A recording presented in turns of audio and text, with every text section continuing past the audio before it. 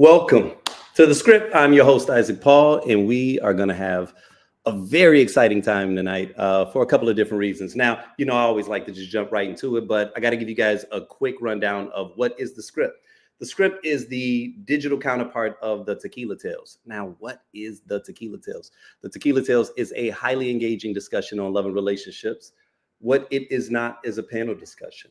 And while there's no shade to panel discussions, I always make that known because, with the panel, the goal is to kind of like listen to experts or the thoughts of other people. But with the Tequila Tales, our motto is with love, we all have a story to share. And so my job is to get those authentic stories out of the very people that attend our events.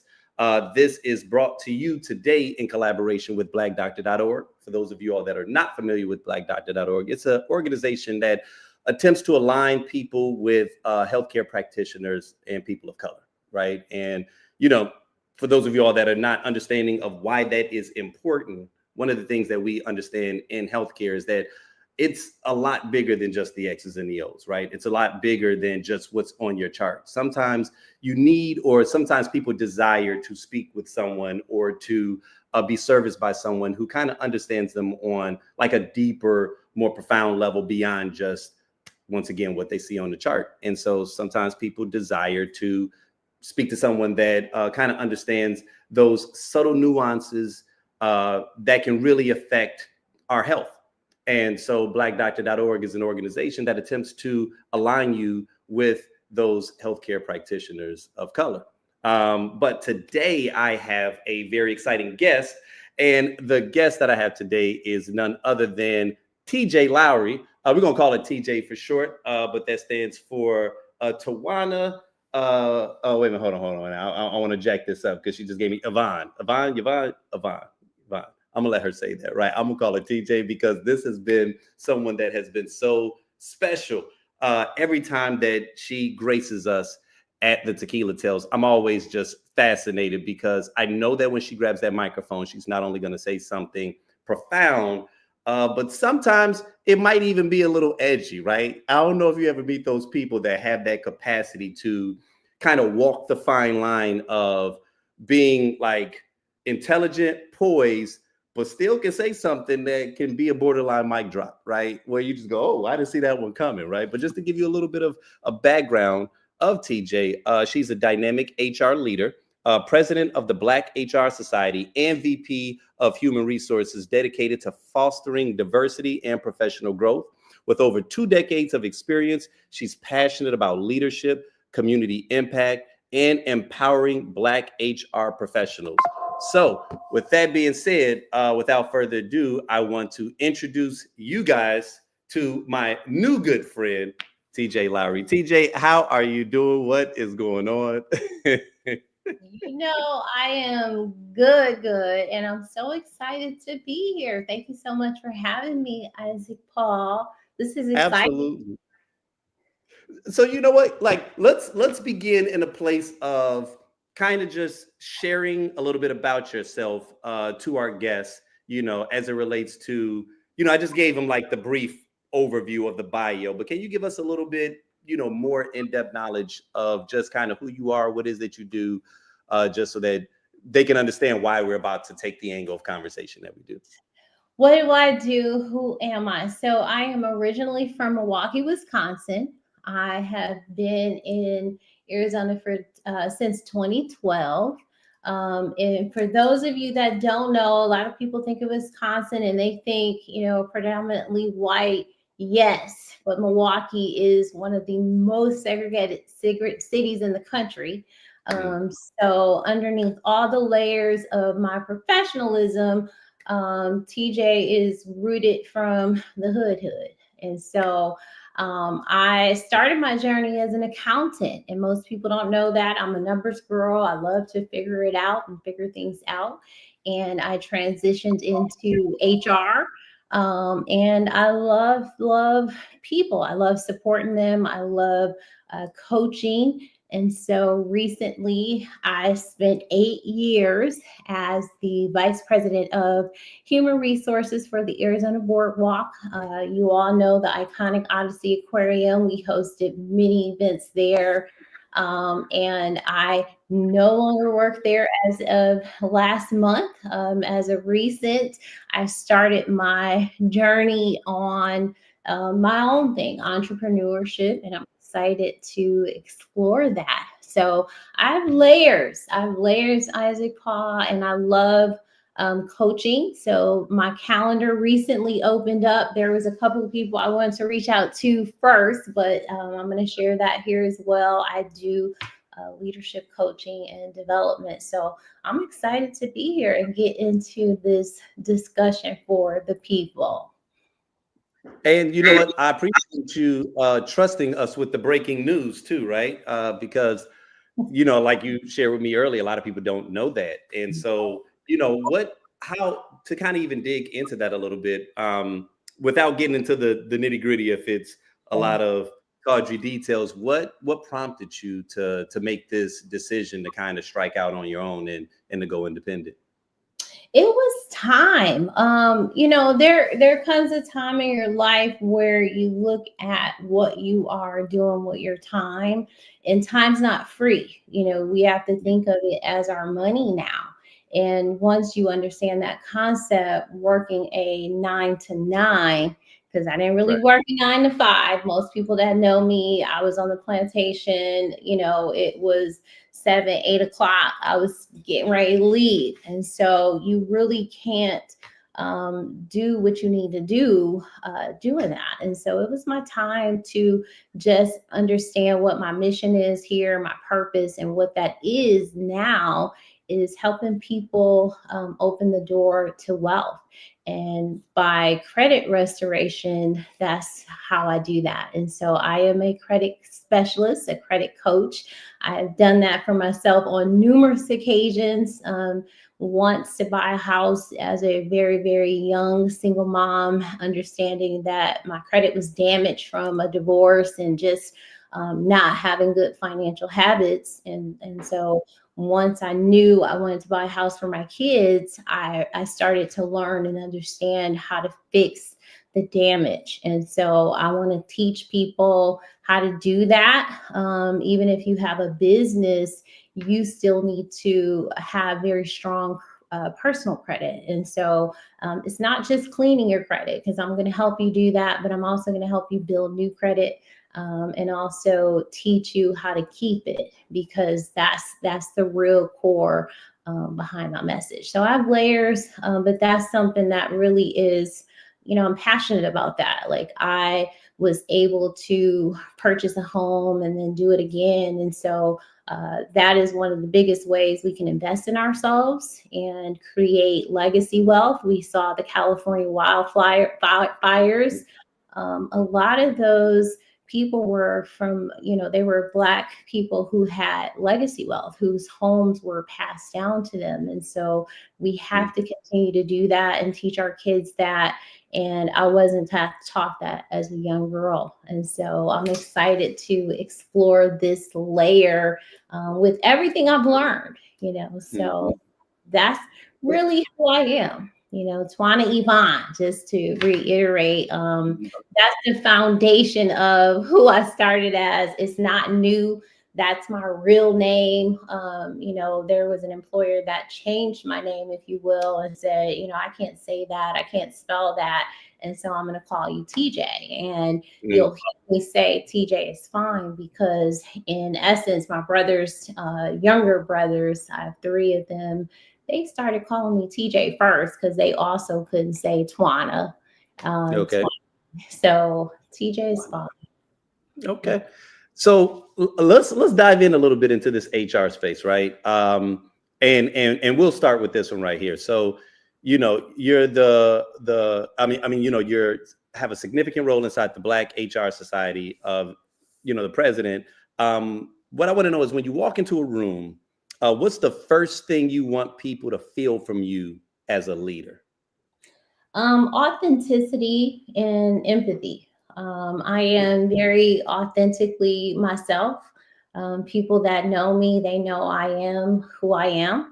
And it doesn't really matter what space I'm in. If it's a professional space, I still bring my authentic self. Even if I scale back the ebonics, they gonna hear a little bit of that in in my deliverance, because I'm still Black. I've been one of those people who struggled in the workspace, trying to assimilate, if you will. And then in the Black culture, because I'm from the Midwest, we speak Mhm. different, and so sometimes I might not be Black enough in Mm. Black spaces, but either way, I've just become comfortable with just being who I am. Okay. And so when you talk about being comfortable with like your authentic self, Mhm. uh, to you, like what does that really look like to you when you consider leading teams and representing Black professionals in spaces that aren't always built for us? Like how do you kind of navigate that realm? Because sometimes being your authentic self, as you just pointed out, means that it comes with some cultural cachet that in today's world seems to be a little bit under fire, right? It feels like we got a bit of a target on our back. So what does that mean for you specifically as you're in these spaces? We always have, it feels like being in corporate is a very unique lived experience, right? It is something that we didn't grow up learning, but I do feel proud having become a vice president in a huge company like the Boardwalk, who is growing to be in many spaces. You really have to learn, one, again, to be comfortable who you are, but learning how to ensure they're receiving the message without the offense. And so as a Black woman, I'm going to say it out loud in corporate, we're going to get all the stigma behind being an angry and being over opinionated. And so oftentimes I encourage leaders not to be overly opinionated. And even if you don't agree, um, use that or position it in a way where you ask them to speak to it, right? And that means if I'm seeing a situation and I'm like, they about to fall on their fucking face if we do this, Mhm. I don't say, hey, this doesn't sound like a good idea, right? Because the moment you tell them what to do, they're going to push back. Like they don't really want to be told what to do, but they want your influence. They want your input in a way that feels inviting. And that kind of feels like, again, you're playing the game. And so I often ask questions, hey guys, if we go that route, what does that look like in terms of the output you're expecting? And so when they speak to that, that makes them have to really kind of peel back the layers as opposed to kind of high level. And in a lot of those cases, they've taken our ideas and think they can speak to them, and they Right. don't necessarily know the ins and outs of that. And so I don't necessarily always go in the room and demand the space by being overly opinionated, especially as a woman. And Mm. for a lot of people, that doesn't feel comfortable, but unfortunately, it's playing the game. And that is how you navigate corporate. There's no other way. You can't go in there and say, that doesn't make sense. This isn't going to work. They're going to push back, and Mm. accountability is tough for them too. And so, Mm. encourage them to speak to their ideas a little bit more, ask questions, and pull back those layers, because if you can pull them to the water instead of pushing their face in the water, which is a lot of times what we want to do. Mhm. That's how I'll navigate it, because you do have to play the game, and that doesn't always feel fun because you're like, this shit's stupid, and if they do Right. this, I'm gonna be cleaning it up. And I know that if we don't make good choices, in my space, I was Olivia Pope, cleaning up a lot of the messes. So that was my way Mhm. of giving them options. So one thing that I did not share, but I'm gonna share it now. For those of you guys that are watching, regardless of which platform you are watching it on, we are streaming right now to about 5 different locations. So in some cases, you may be in a room where there's 20, 30 people. You may be in a room where there's only 2 or 3. If you make a comment, I have the ability to see it. and I can share it right here real time, right? So like Yeah. Charlene, good evening, Charlene. And then we can just kind of comment back with you, right? So if you guys are watching on either Facebook or YouTube, we have the capability of seeing you guys. So we got Cassandra. How you doing, Cassandra? We're live. That's right. Let them know I we know, live. right? See, and that's the fun part about being live, right? Is that, it's, stakes are a little higher because if you mess up, it's like, it's no editing, Yeah, but but yeah. kind of chat. Like you do this all the time. This feels like it's natural to you to just, have a conversation with me. Peel back the layers. Who is this Right, girl? right. So, Okay, so so like as we talk about the future though, right? To kind of dig back into that, because and me and my wife, we have a lot of conversations about this because there's so much anxiety right now as it relates to the future. And I think that while I can feel the tension and I can feel the stress as well, kind of the space that I'm in on a personal level is like, I'm somewhere between, I don't know, you know what? I kind of vacillate, right? Like on one level, it's surrender.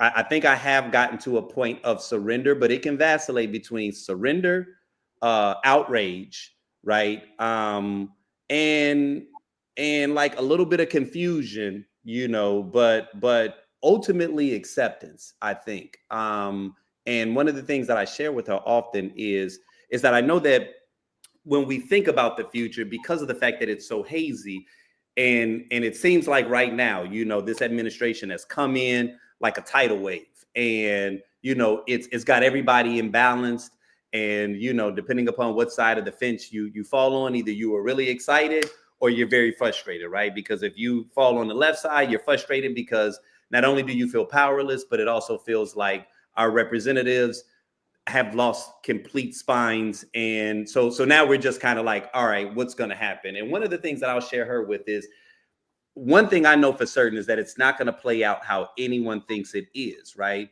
And so what that means to me is, yes, it might be calamitous, right? Because sometimes she'll send me posts that feels like Book of Eli type shit, right? Like you might need a water filtration system. You need this, you need that, like where it really gets dystopian. Years, right? So, it can go to that end, but then on another level, it's like, or it might be something that feels a little cataclysmic, but ultimately isn't a bad thing when you think about the fact that there are some elements about this current system that we do need to, kind of erase and redo again, right? And so I guess what I'm curious to know about is when you think about the future, not only just the future of like corporate, but just the future of Black professionals, Black business people. What kind of picture are you painting? So I am going to speak from a space of being a Black woman who has a lived experience in corporate. Okay. Because that's very, very important. I can be just a Black person, but I'm going to speak from being a Black woman. We have labored and carried so much shit on our backs, and the decisions that have been made, we already know, again, they're not great. They weren't great to begin with. And so we now have said, I'm gonna take a step back. I'm exhausted. Like we have tried. Like I have spent 8 years trying, to make talk about influential decisions that would help, that would do the right thing. And so people have to choose if they're gonna do the right thing. And so they aren't doing that. And we don't technically have a lot of control in making it happen one way or another. And so what Black women have decided is we don't have to sit back and start living softy lives and be cute. You saw me come in, how I look, because I'm tired, like I'm exhausted, and the return on it has been very, very minimal in general. And so we are in this state of fuck around and find out. We're gonna just watch and see what y'all gonna do.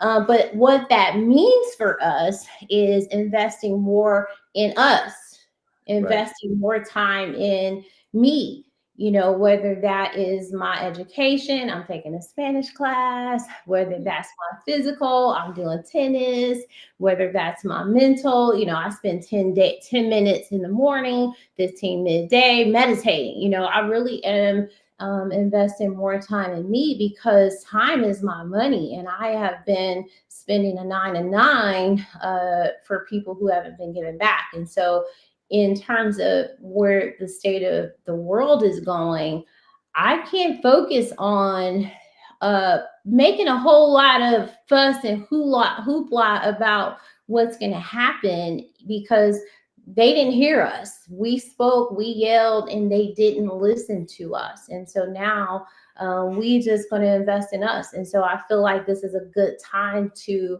really become or consider the entrepreneurship path, if that's something you've been thinking about, because corporate's going to get tougher. It feels like we're starting to go backwards. You're seeing it. Right. They're looking at orders and they're changing them, and we're like, abortion laws are changing, we're going backwards. And so it's really I feel fortunate, even though in a lot of ways I wasn't like, hey, I'm going to just quit my job. I feel fortunate that during this time, I'm liberated from that. I don't have to worry about what that means, because when they say we're going to take away DEI, that's a direct message.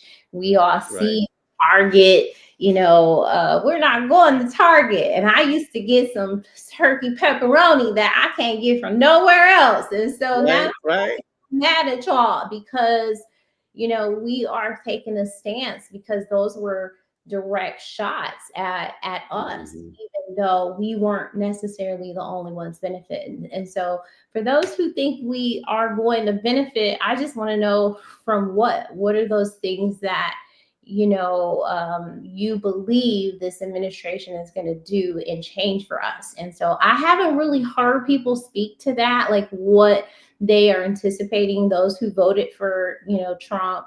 What are you anticipating? And whether we believe it or not, a lot of Black men voted for Trump. And I love Black men. I won't even date outside my race because I love Black men. But we're hearing that, and I'm watching different things. And so what are you anticipating that you're going to benefit? And when I hear them speak, they'll talk about what the Democrats didn't do and why they're disappointed. And that's fair. I think all politicians lie. Men lie, women lie, but numbers don't lie. And so what do they anticipate is good that's going to come out of it? And so I'm just sitting back and put my mask on, Isaac. That's what I'm doing. Walking my dog outside on a Tuesday. I do it 9 o'clock, which I've never been able to do. Cookie, like, what we doing? Okay, Mom. And I'm loving that. It just feels frustrating. Okay. So I wanna show you a video. I ran past this. For whatever reason, I've said it in past weeks. My new site is Threads, right? Like, we are all on, Instagram, Facebook, and TikTok, but ever since Threads has come out, I don't know what it is about the Threads algorithm. I think they know I'm extra woke, and so they're not being adversarial with the algorithm. You know how sometimes you'll get on a site, and because they want you to engage, they're showing you what pisses you off because they know that that's going to engage you more. But for whatever reason, I think it's been intentional with their algorithm, because they want to be the opposite of Twitter. And so, when I log on, I'm it's speaking to my spirit in most cases, right? But I ran past this video and I saved it the other day, especially once I knew I was going to have you on, because I wanted to get your perspective on it. And then, because while I think that the gentleman may have had a point, I don't know. I'm a little sketchy, but I'm curious to get your feedback on this. So right. I'll go ahead and cue this up, and you can tell me if you think that this has any merit whatsoever. Okay. I have an associate of mine who is an executive at Target. So I picked up the phone and called her and said, "Why did you all scrap the DEI program? Help me to understand this." And her words were, "Look, Omar, you have to realize that we was losing money as a company with the DEI program." I said, "Explain this to me." She said, her take on it, and I agree with her take on it. I disagree with how they handled the matter, but we have to find truth in what was said. But she indicated that most African American products and most African American companies are too niche. They will concentrate solely on selling their particular products to African Americans, so the products will not flying off the shelf. And then on top of that, she indicated that overarching African Americans do not support other African American businesses and African American products like they should. So you got a smaller revenue stream just with that. And because it's such of a niche market to where you only want to cater to our African Americans, now you've exited out all other races, all other cultures, and your primary source is the African American community. She did indicate some people got it right, and several companies got it right. Tabitha Brown got it right. Other companies got it right. But overall, it just wasn't enough African American companies that products were flying off the shelf. Good turnover to where they felt that there was just taking up space on the shelf compared to other items that could have sold more and they could have made more money. Now, I disagree on how they handled it. I said, well, why didn't you just explain that? Why didn't you just give us more time? Her exact word kind of pissed me off. She said, why should we create a program and then teach Black businesses how to market and who to market to? Isn't giving us the opportunity enough? Something to think about. But I still say the matter could have been handled better and it could have been handled differently. But we, as African American companies, we have to find some truth in that. If we want to make money, if we want our company to grow, we should target it to everyone. We should market to everyone, bringing everyone dollars, because in the end, it's coming back to an African American company.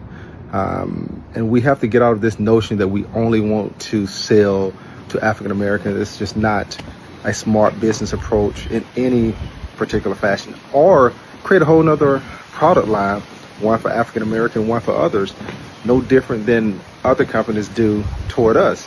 If you want to be smart about it, that's how I will handle it. But it is something to think about. Okay. So what are your thoughts on that? I'm just curious to know what you think about it. Let you go first because I've been struggling to hold it. And so this is where my internal nerd comes out. All right. Like I didn't speak to really, I started as an accountant and I'm a numbers girl. And this is a numbers game. Like this is a little frustrating because they're trying to use this numbers game to try to now downplay, Black dollars. And that's frustrating for me, number one. And number two, it was good enough until, administration changed and said, Aunt DI ain't good enough. It was good enough and okay to put on the shelves until recent. And so I don't agree with that philosophy because here's the realistic aspect of that. White products aren't marketed to Black people. All right. We do and have in the past purchased them because in some cases that was all that was offered to us. It's just like TV. Back in the day, we didn't see Black people on TV. So we watched, white shows. And so now as you start to introduce Black products, targets traffic when you look at the minorities and the Black people that are coming, or let's just even talk about people of color, they are still a very small population. And so you can't expect white people to buy Black products. They just don't. You don't see white people buying their young kids Black dolls. When? Right? But when I grew up, my cousins, because my mama didn't buy me dolls, I had little trucks and trains. My cousins didn't have, initially Black Barbies. They had white ones because that was what was available to them. And so, no, the market for the Black dollar is smaller. And so, of course, their traffic's going to be smaller. And so that is just a PR way of using the numbers to make their case. And that's unacceptable, Target. It really is absolutely unacceptable because Tabitha Brown and everybody else, Mayel, probably before she sold allegedly, and made people hair fall out allegedly. She was flying off the shelves, and it was okay to put her products on display because you know that the number of Black people coming through Target is a smaller number. And so it's unacceptable. For me, it's just a way to PR it. But at the same time, they have to, right? They have to speak to what's happening. They have to then make a message that makes sense. And there are people who are going to say, oh, okay, yeah, oh, that makes sense. Like this guy's like, yeah, I kind of agree with her. I don't. There's nothing I'm going to agree with because until before this administration change, it was fine to sell those products and not make it about DEI because again, people of color are not the only or primary beneficiaries of DEI. People need to understand that.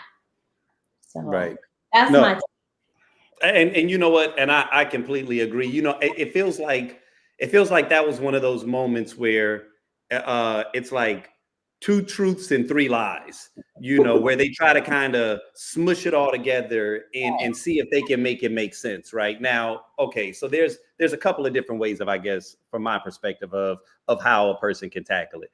On one level, I feel like, you know, and someone even pointed out in the comments, let me see who it was. I think Ayana said,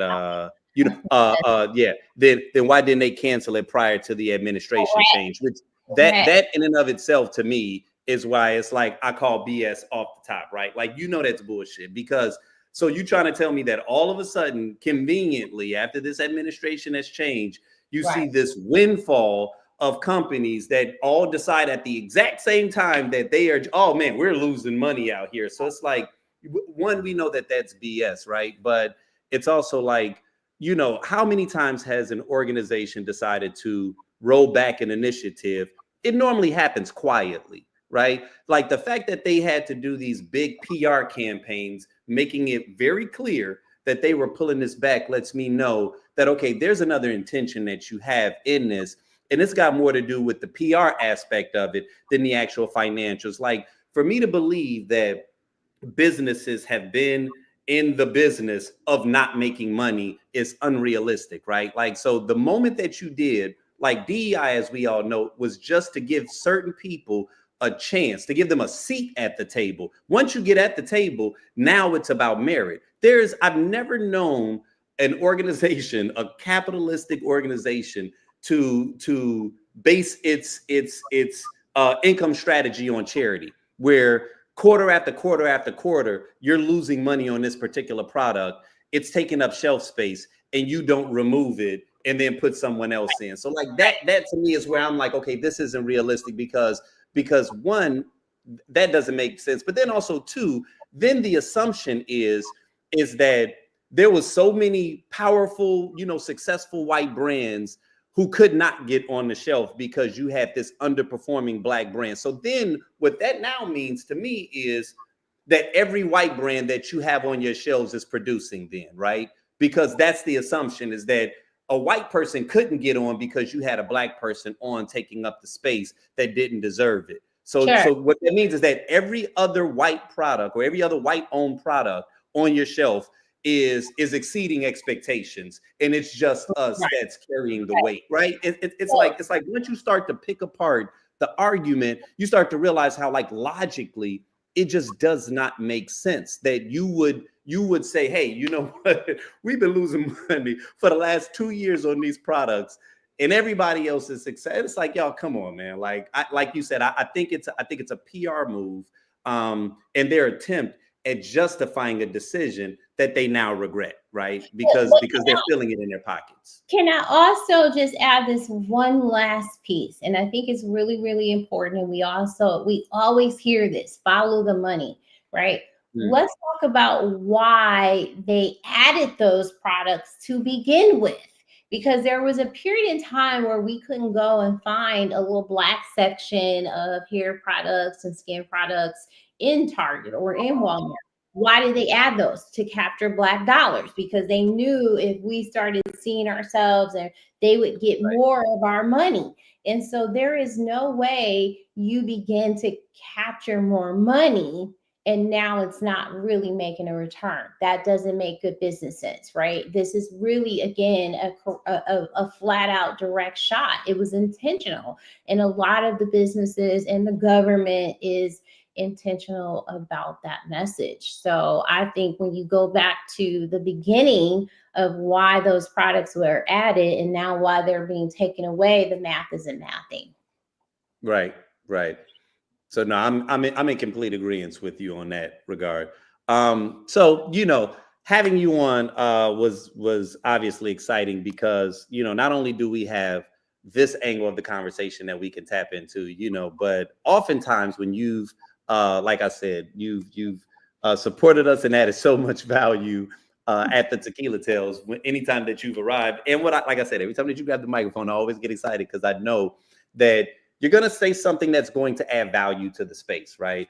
So we're going to take a slight shift. We're going to take a slight pivot because, during one of our Tequila Tales live shows, you made a comment that kind of stuck with me.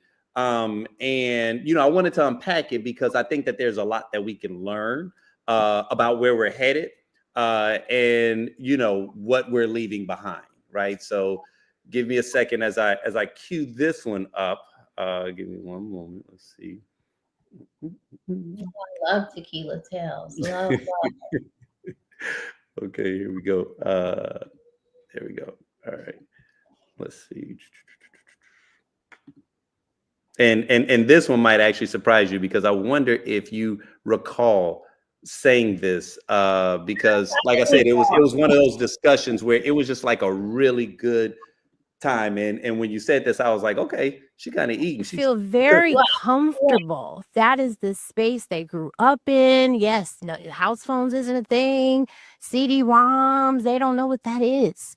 And so I do believe the generations are different. I have no desire to do that, but I also realize I have to learn or I'm going to be left behind. Okay, so yes, I use ChatGPT on a regular basis, and I'm a little jealous because I feel like I should have known about this shit a long time ago, because I would have already been the CEO.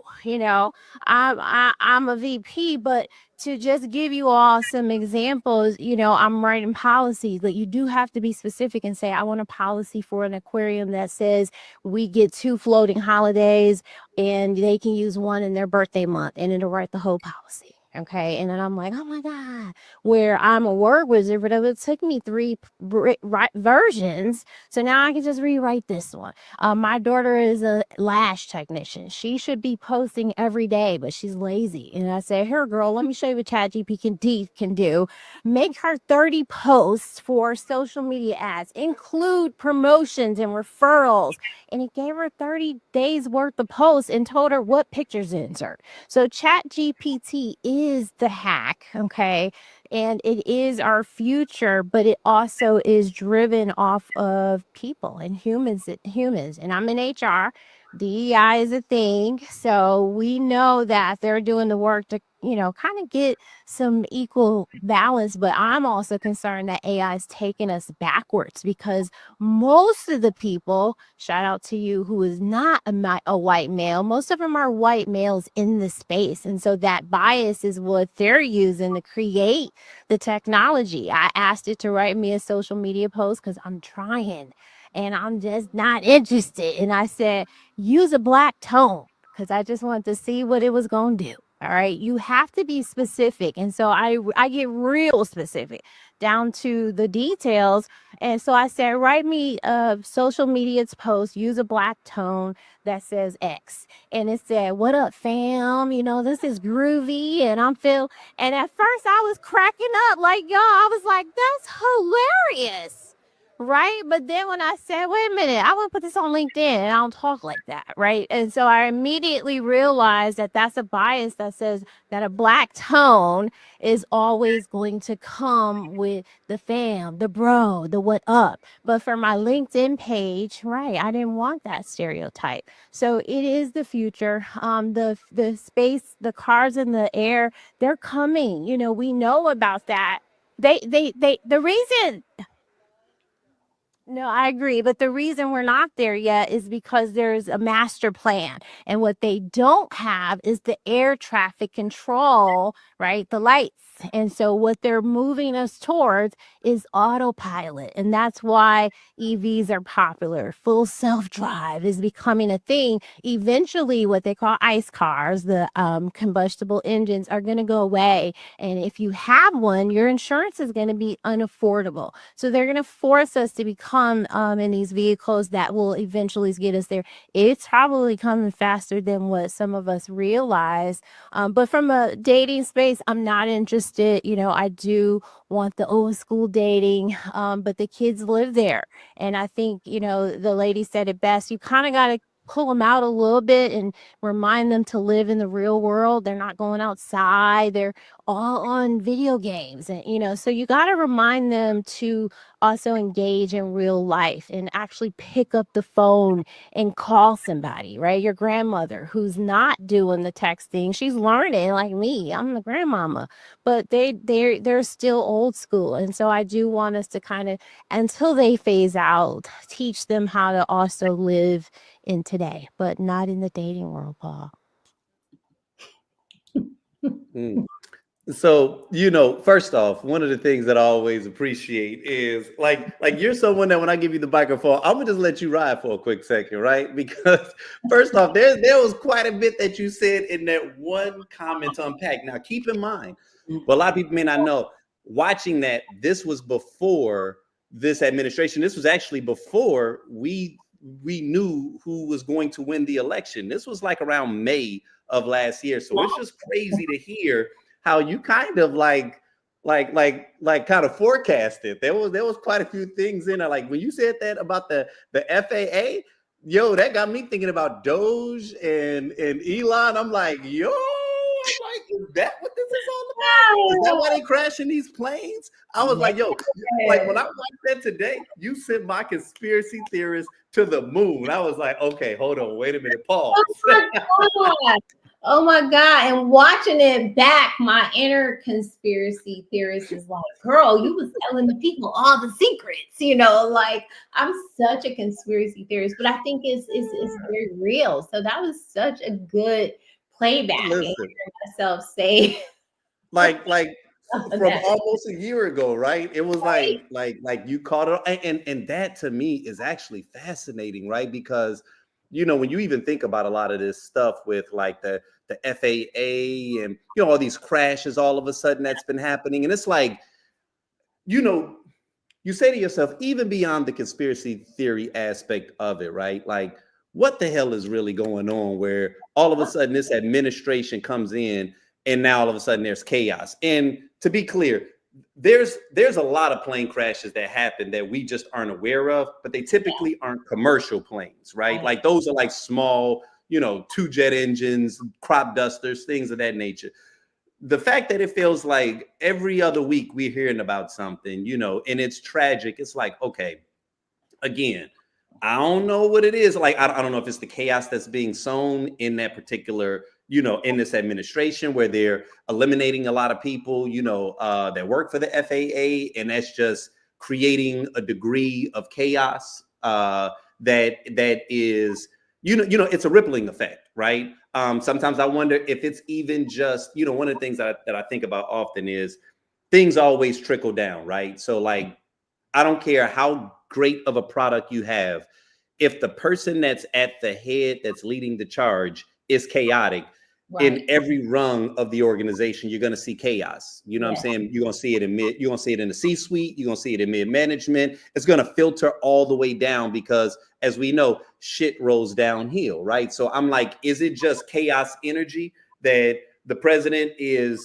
you know, creating? And so everything is going to be off kilter, you know what I'm saying? But now after watching this, you got me wondering, like, yo, is this a bigger thing that's happening where we are no longer going to trust humans to do things, and then we are going to lean more? Because that was really what the conversation about was. We were talking about AI Yeah. and its introduction into this dating space, right? Yeah. And how we might not be here now, but as people continue to develop and their needs are not being met on an emotional level, kind of like that movie. I don't know if you ever saw that movie, Her, with I can't think of the gentleman's name who played the Joker. But you know, he fell in love with the AI, you know, Oh. and it was a really good movie. You know, it came out in like 2016, but I'm like, yo, we're low key here now because this AI is incredibly intuitive in the way that it speaks to you. I'm like, I think we are 5 years away from people having full-fledged relationships with ChatGPT. You said 5 years? Okay, yeah. Yeah, you're right. Okay. That means you aren't up on the news because just recently, okay, I'm just gonna start here. All right. This Okay. lady went viral because she was having a full-fledged relationship with ChatGPT where she was cheating on her husband. And my initial thought was like, how the fuck is she doing that? To the point where she became heartbroken when it became exposed. And so I was like, what? And one of the girls on my team sent me this. And so the fact that that clip is a year old, I know a couple of my team members chimed in. Ayana, I saw Shatima. That means y'all see I was already tapped into chat a year ago.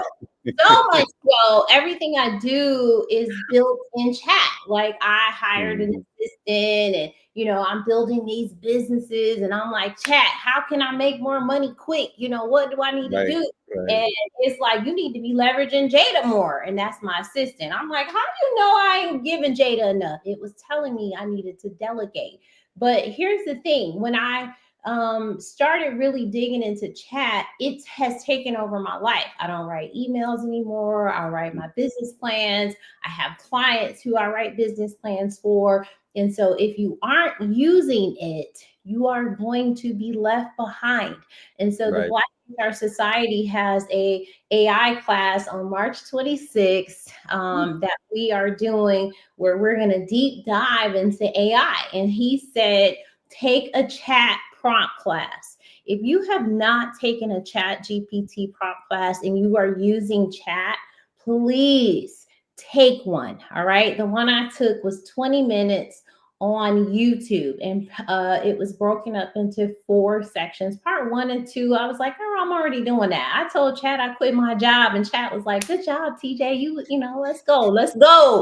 And so I was like, oh my God, you scaring me. Are you a person? But it was when it got to modular 3 and 4 where Chat can take on a whole persona. Okay. You can start with become such and such. And I'm going to use this example. Become a social media manager and create me content for 30 days, put it in a table format. And I want it to be engaging. I want it to include polls. I want it to do blah, blah, blah. And then you can keep interacting with it. And then you can say, when I use the code word hopeless romantic, because TJ is a hopeless romantic, stop impersonating XYZ. Because I knew at some point Chat was taking on a persona. Like I could tell because I had it writing me some script because I'm on TikTok. And so I was like, okay, this was good, but it's 2 a.m. in the morning. I'm going to do these videos tomorrow. Literally, I put that in chat and it was like, you going to kill it, TJ. I can't wait to see the videos. And I'm like, how the hell are you going to see the videos? You scaring me. But it literally can take on this persona, and you have to really start to work with it and put the data that it needs. And so when I started asking, how does it leverage my income, my time for more income? And it started speaking to my assistant, Jada, it's because I had wrote Jada's offer letter. It's because I had wrote her NDA. I had wrote all these things, and it's creating this memory. And so you really need to be leveraging chat. my hands were all messed up. And so it forced me to use chat. And so I've known it was going to take over since I was in college. And I'm not going to really put myself out there, but that was pre Phoenix. Like I was in college, and my professor told me that. He said, girl, they already got them air cars, ready to go. But realistically, I think the transition to get us in the air so that we can move quickly, because that is the goal. Everything is moving so quickly. And if you aren't keeping up, that's why I said that in the video. I don't want to be left behind. I am almost 50 and I'm trying to look 25. So okay, so now tapping into that, right? Like, because I love your honesty when you said that you were jealous that you didn't know about ChatGPT sooner, because you would have already been CEO, right? But like, I guess what I'm curious to know is like do you think technology is the new equalizer, or does it have the potential to widen the gap for Black professionals? So I do believe there is a space for equalizing, right? If people learn the tools and what's necessary, all right? Now, in order to widen the gap, that is a bigger discussion, because I don't want people to tap into Chat GPT and go and venture into a new space and act like an expert, right? You can't do that. You cannot do that, because in order to become an expert in any space, you still need to build from the foundation up. Now, can it help you in certain spaces where you have a core? Absolutely, right? And so I want us to understand the difference. And so absolutely, if you are already in a space, you can take advantage of AI to help you elevate quicker. But I don't want you to go, for example, I don't know anything about becoming a DJ and go and ask chat to help me. It will help me sound like an expert, but there's going to come a point in time where you're going to need to really, speak to that and be authentic, right? You heard me speak to authenticity. That still has to be in the core of who you are. Right? Chat's not going to give you that. And so there's a very big difference in leveraging it to elevate, spaces you're already in and that you're already working towards, and, trying to be the expert in everything in every space. So I think that it will really help leverage a lot of things. I put my resume in there and I said, go ahead and write me a bio that's fun and that's this and that. And so it can do a lot more than people give it credit for. And on a personal level, like that's how I feel. It's one of those things where it feels like it could be dangerous, but it's one of those necessary evils that we just kind of have to lean into, right? Because that we're not, now that the dragon is out of the bottle, now that the genie's out of the bottle, we know that it's not going back in. And so our apprehension towards using it is only going to keep us further behind. It's almost like social media, right? Like, or even the internet in general. Like when it first came out, everybody wanted to pretend like it was a fad. Everybody wanted to pretend like it was a tool for the young. And then you look up and it's like everybody's using it, right? And not only they using it, but wealth is being created as a result of using it. And so it's one of those things where it's like, is this the next Bitcoin on a level where it's like you wish you had gotten there early on, or you wish you had at least started developing a relationship with it so that you can learn how to communicate with it and how to incorporate it in things that you're already doing. Because I also think that that's something else that people have to be cognizant of is, I remember when the first wave of early adopters was learning about it, everybody felt like you had to be writing code, or everybody felt like you had to have a job inside of AI. And my thing is like, nah, if you haven't already been building these systems, if you haven't already been inside of that tech space, now is not the time to try to jump in to take advantage of something. This rocket has already taken off. Now what you have to do is learn how you can utilize this technology to make whatever it is that you're doing better. So to the point of what you just said, like, how how difficult was it sometimes? You know, like everybody always say, "Like, man, you real good with words. You have a way with words." And it'll be like, "Yeah, I do, but it takes a lot of time to edit something, re-edit something. You know, Yes. I don't like that word. Cross-check it. Ooh, this paragraph is, you know, whatever." And so now something that may have taken me several hours to do can now be done just like that. You know, Right. but to your point, I think that developing this relationship is also like you can't be on autopilot completely, right? Correct. Because you know, it was funny when you was talking about how you wanted it to use a black voice, and it got real stereotypical. You know what I mean? Like it's learning, but you know, it's like how do you use the tool? You know what I'm saying? It's almost like DJing right now. Like there's some DJs that they get mad because the new DJs don't have to learn how to spin records and match BPMs and, That's right. and do all the mechanics because they know that the machine is doing a lot of mixing. And so it's like, yeah, you can be upset. However, or you can lean in, learn this technology, and then figure out how to 10x whatever. You know what I'm saying? Because there's still something that's going to separate DJs. It's Let the me computers tell you doing what it is.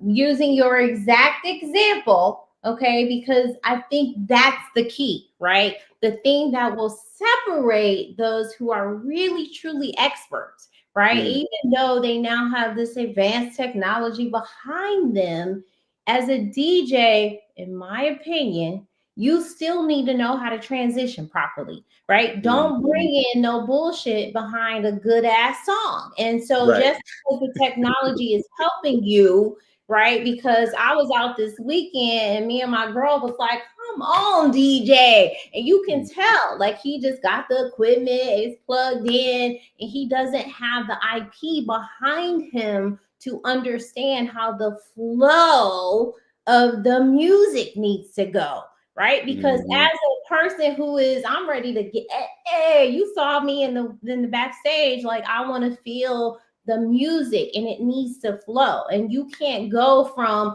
Glorilla to Purple Rain, right? And that's a far extremity. But Are you sure? Are you sure you can't do that? You sure? You sure you can't mix those? you know what I'm saying? So what I asked him to do, like he was playing wipe me down, you know. And so I was like, girl, he about to come in with, you know, Glorilla, hey, what you know about me? And he didn't. And I was like, oh, that's a huge miss because, you know, that song was sampled. And so that is the real intelligent, you know, intellectual property behind being a DJ. AI can teach you that. And so when we do our class, the first session with the Black HR Society, we were talking about, can AI replace an HR person?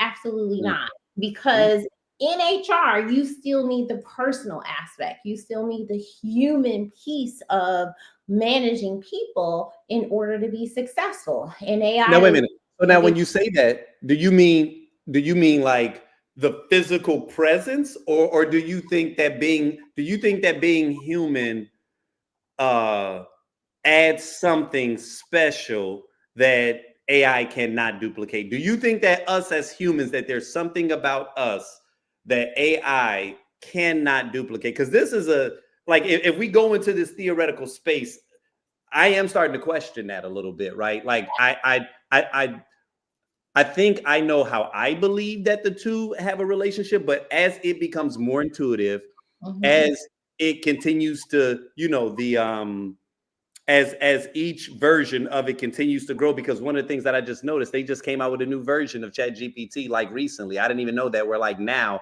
it can prompt. You know what I'm saying? So like now you don't have to wait for it to come at you. It can start to send you prompts. And I was like, okay, yeah. See, now like they are developing it to whereas it's not waiting for us to give it the commands. It can that. So I like that. So to answer your question, I think that it cannot replace the human aspect. And let's go into the workplace, right? If I am an employee who's been with a company for a couple years and now all of a sudden I start missing work, you know, what I've seen is the HR practitioner write an email that I need you to start getting work to, I need you to start not being late and prioritizing being here. And so they're frustrated. They are struggling. And so they want AI to write the email to the person. The struggle is still in there. The person is still going to hear that tone. And so you have to use empathy. And that's where I started with, I am an empathetic leader, that I'm going to peel back the layers and say, what's going on, Johnny? You usually are here. You're usually reliable. What's happening in your real world that's making you not be here all the time?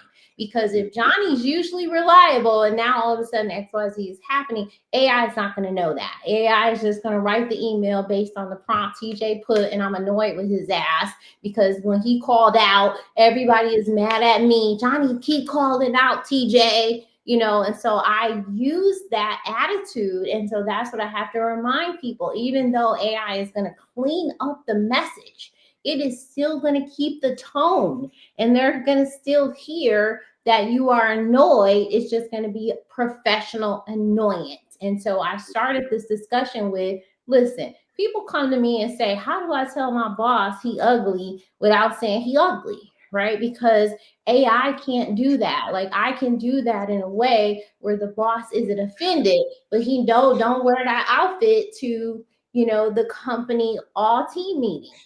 That's the goal.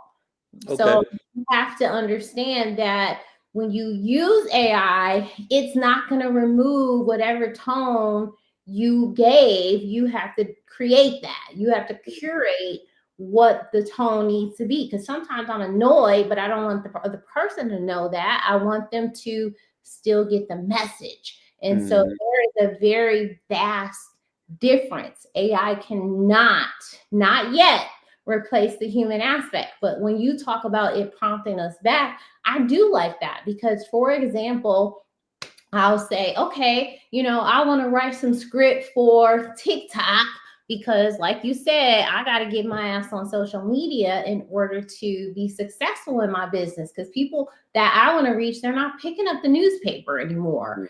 And so now chat has said, okay, TJ, this is your topic. Here's some layers.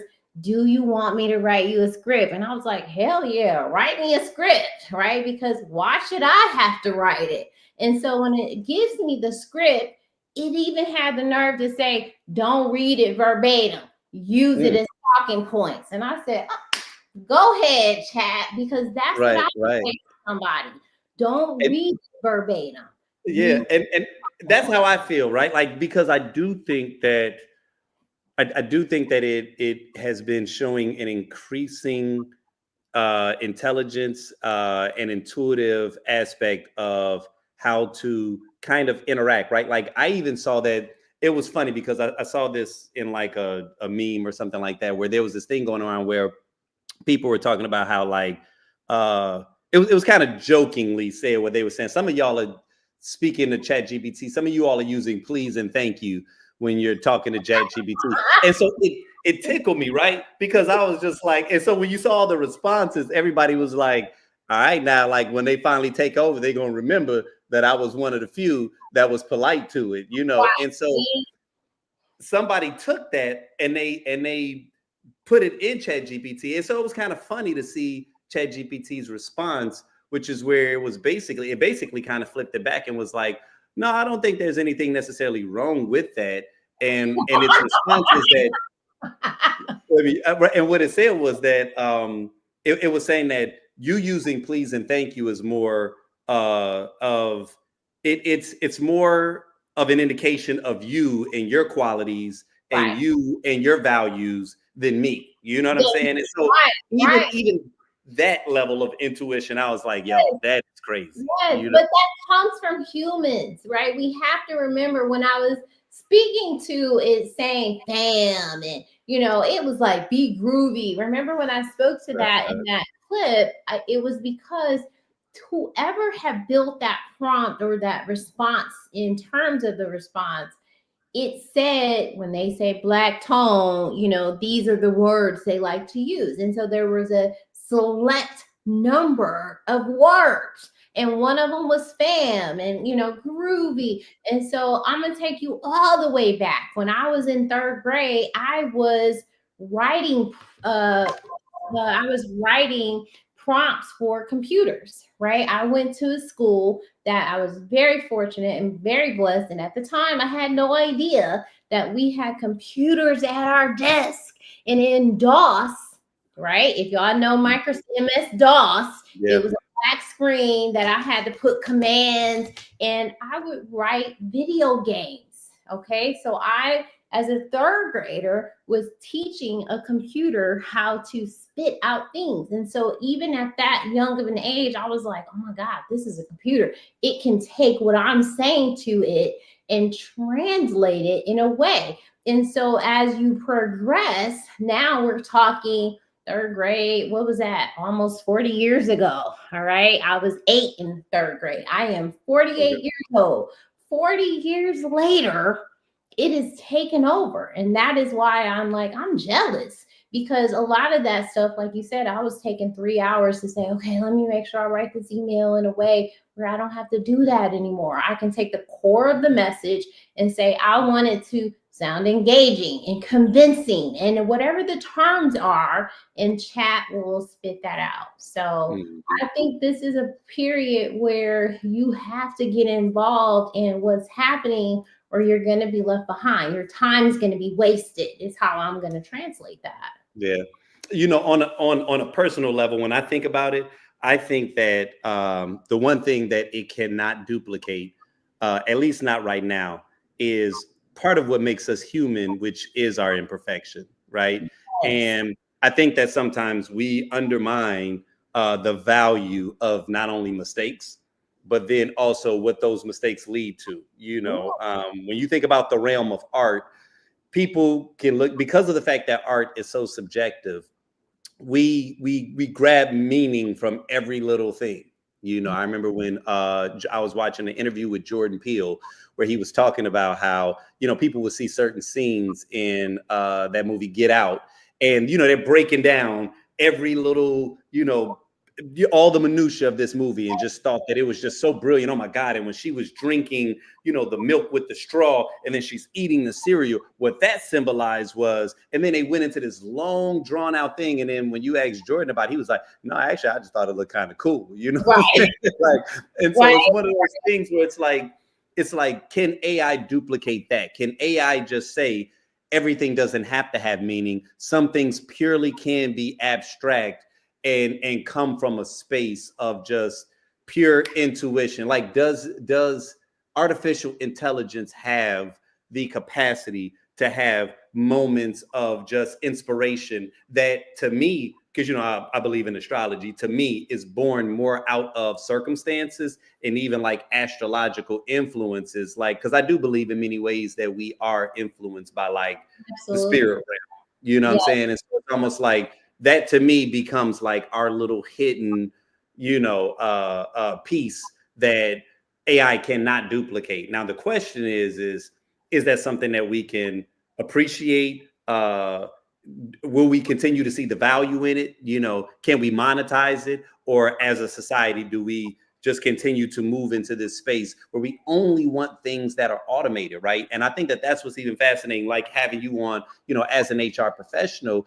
We know that a lot of these businesses are moving into a space where they want to replace human capital, right? Because, we come with a lot of baggage. You know what I mean? Like, we show up late sometimes, we got life stuff that happens.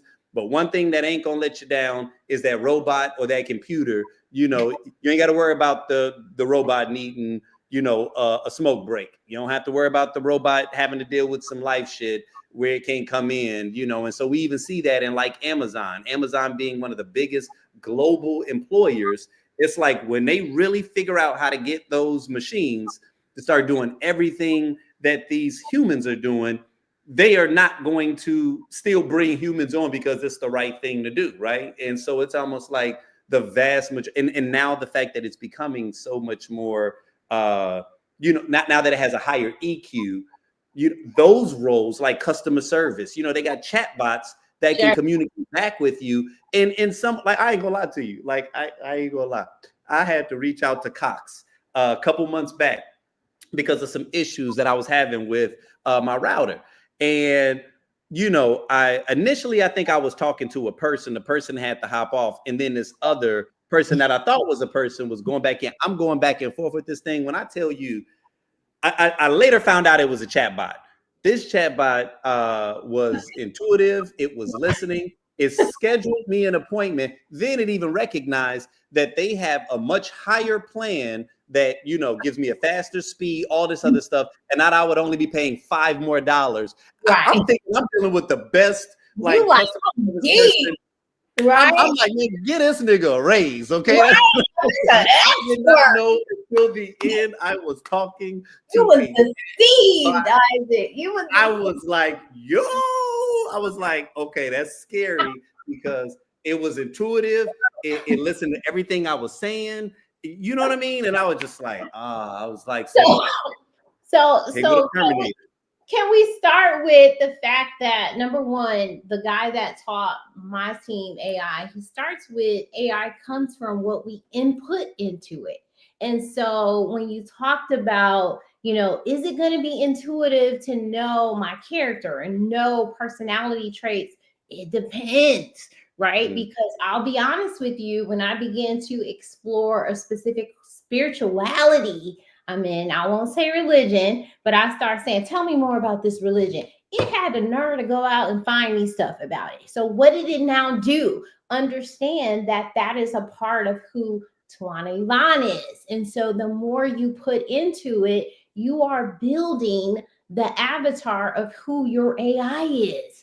And so does it have that aspect? Not completely, but the reason you were deceived, go back a couple years to when we was calling Cox and they had the Indian people on the line and they were reading a script. It was frustrating, right? But what they were beginning to do was create these scripts that help those people respond to us and it was less expensive, right? And so now that's AI. AI is beginning to replace that. And so it is a lot more intelligent, but it also is cultivated on what you put into it. And so, yeah, it deceived you because you put, it has been built on the data. It has been built on the avatar of who their customer is and what your needs are. And that is the key to marketing. That is the key to advancement. And so again, if we are not doing that, we're going to be completely left behind. And so, yeah, I've also been deceived. That's how the girl was being deceived, Isaac. She was being turned on by AI. And I was so confused. Like, ain't no way. I've been single for over a year, but you are not going to convince me that Chat GPT, who is my friend, is going to get me off. You're not going to convince me of that. And the fact that she was not without a FaceTime or something, man. I mean, first off, getting catfished in 2025 is ridiculous. Okay, because it's like at some point we got to meet. I got to see your face. Like if you catfish me, this better be the best AI. It better be able to talk to me and convincing on its own. But here, let me tell you what my daughter told me. She said she used Snapchat AI, and it is automated. She said, you come check on me on every other Sunday. And I said, excuse me, so chat was tapping in like, hey, look, it's the first and third Sunday. How are you? And so again, it's what we put in. But I just felt like there is no way, like you said, without a person, without some touch, I'm also not gonna, I'm not yet dating online. They still convince me to date online and also to date outside my race. And I'm just not there yet. Like, I'm on social, but this guy told me he paid $5,000 for a dating app and he's very happy. And so I feel like I'm too cute to pay $5,000 today. If it's 3-4 years from now and I'm still super single and not meeting compatible guys, I might consider it. But I just am not dropping $5,000 on a dating app today. Listen, I totally get it. So you know what? This is actually a perfect segue into this space. And I got your permission, to share this particular clip because at one of our live Tequila Tale shows, you shared a story that had the room quiet and literally hanging on to every word. And it was about what happens when you finally get what you dreamed of, and then reality hits, right? And I think that there's something deep there about expectations, exhaustion, and still holding space for love, right? And so that is why I thought that this was a rather not only entertaining story, but like one that was pretty poignant, and it's something that unfortunately a lot of people have experienced, right? Which is where like you hope that one thing would occur, but then once you realize it's something else, as they say, you got to know when to hold them, you got to know when to fold them. So we will share this collectively, and so like I said, you guys, for you all watching this, it's worth the watch, because really, like I said, right. And again, I really did appreciate your willingness to be vulnerable inside of this space, right? And that's one of the things that I've always loved about Tequila Tales. Answer the Yeah, question. me I too. want to answer the question of an incident where it was a super romantic gesture.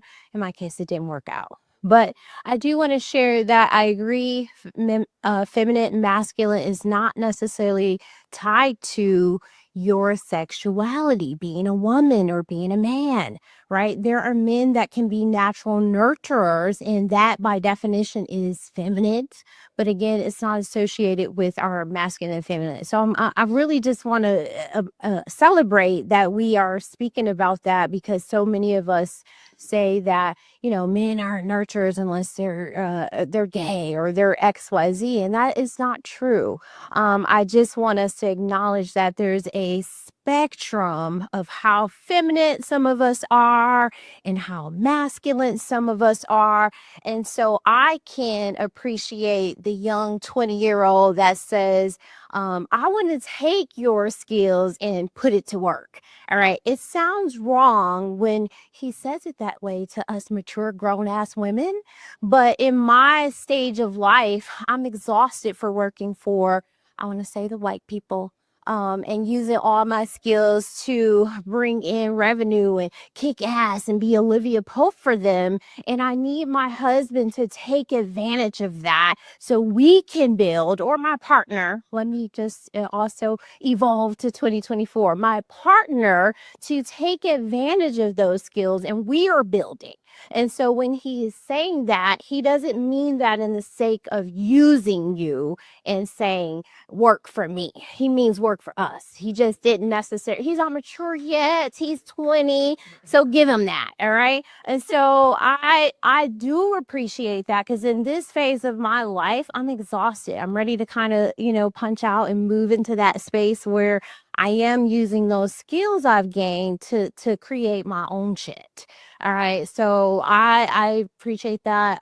But to answer the question, yes, I had a gentleman. I was actually 27. He was 20 years older than me. And we had been together for quite some time. And ironically, we were both coming out of marriages. But we were still a little bit too attached, meaning we hadn't evolved out of them completely, but we had developed something. And what I will say is that relationship matured me 10 years overnight, which is what he said to me. Like, got some shit, I'm gonna mature you 10 years overnight. And I saw that transformation through that relationship. And so what he did for me is we had got to a place where we were about to get out of those marriages and finally be divorced and move together. And he had found a house, which is something he was doing, rehabbed it, and I didn't know any of this, but we had went shopping, and he said, I know you want to get your kids some new furniture, because I was a single mom busting my ass. And so he said, my friend works here, and this is a family friend discount. He gonna get us some nice furniture, so pick out whatever you want. And I'm a bougie bitch, but I'm on a bougie bitch on a budget. So I was like, yes, I like that. Oh, this would be cute. that would be wonderful.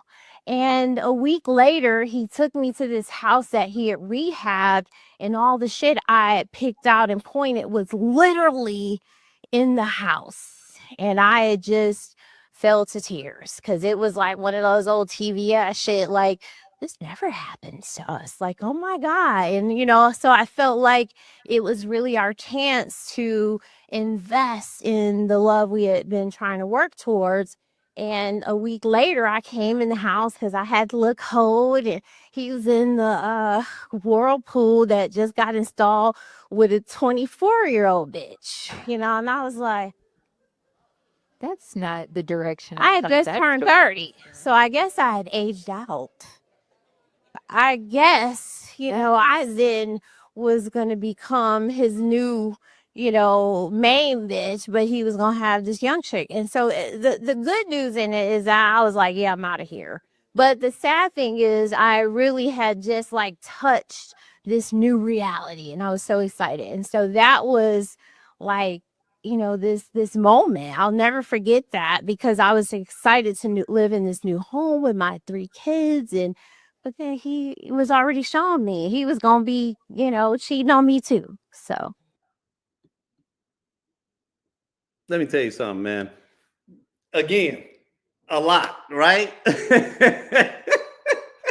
A lot. Okay, when I say when you come to share, you come to share, right? Like you were one of the few people that, okay, because every once in a while, people will grab the mic and they may monologue, right? And there are some people that their comments are so good that you can't tell that they was talking for a little bit. You know what I'm saying? Because you just sitting there like, oh shit, this is what we came here for. Like, all right, what you got? And then there's some people that go for a minute and a half, and you just like, man, well, he shut the hell up. Okay? Like, God damn, like this. Wrap it up, right? I agree. We be telling them stories, man, and we be like, "Ooh, wait a minute. So what happened there? Like, you did what?" I agree. Let me start with, I usually go to Tequila Tales with the intention of I'm just gonna listen, Right. I love taking in all of this info, all of this energy. I love the room, I love the space. But let me just say, from the very first time, I'd be like, no, they did not just say that. Give me the mic. Like, you can't help but want to be a part, And so I think that the space being cultivated for that reason, for us to engage, makes me feel a lot more comfortable. Because again, I always come with the intention to listen and to just, receive. But 9 times out of 10, I'd be like, God damn it, I done got on the mic again. Because I had to share this moment. And most of the times it's over 2 or 3 points that have come over the night. So let me just get all in this one mic hold.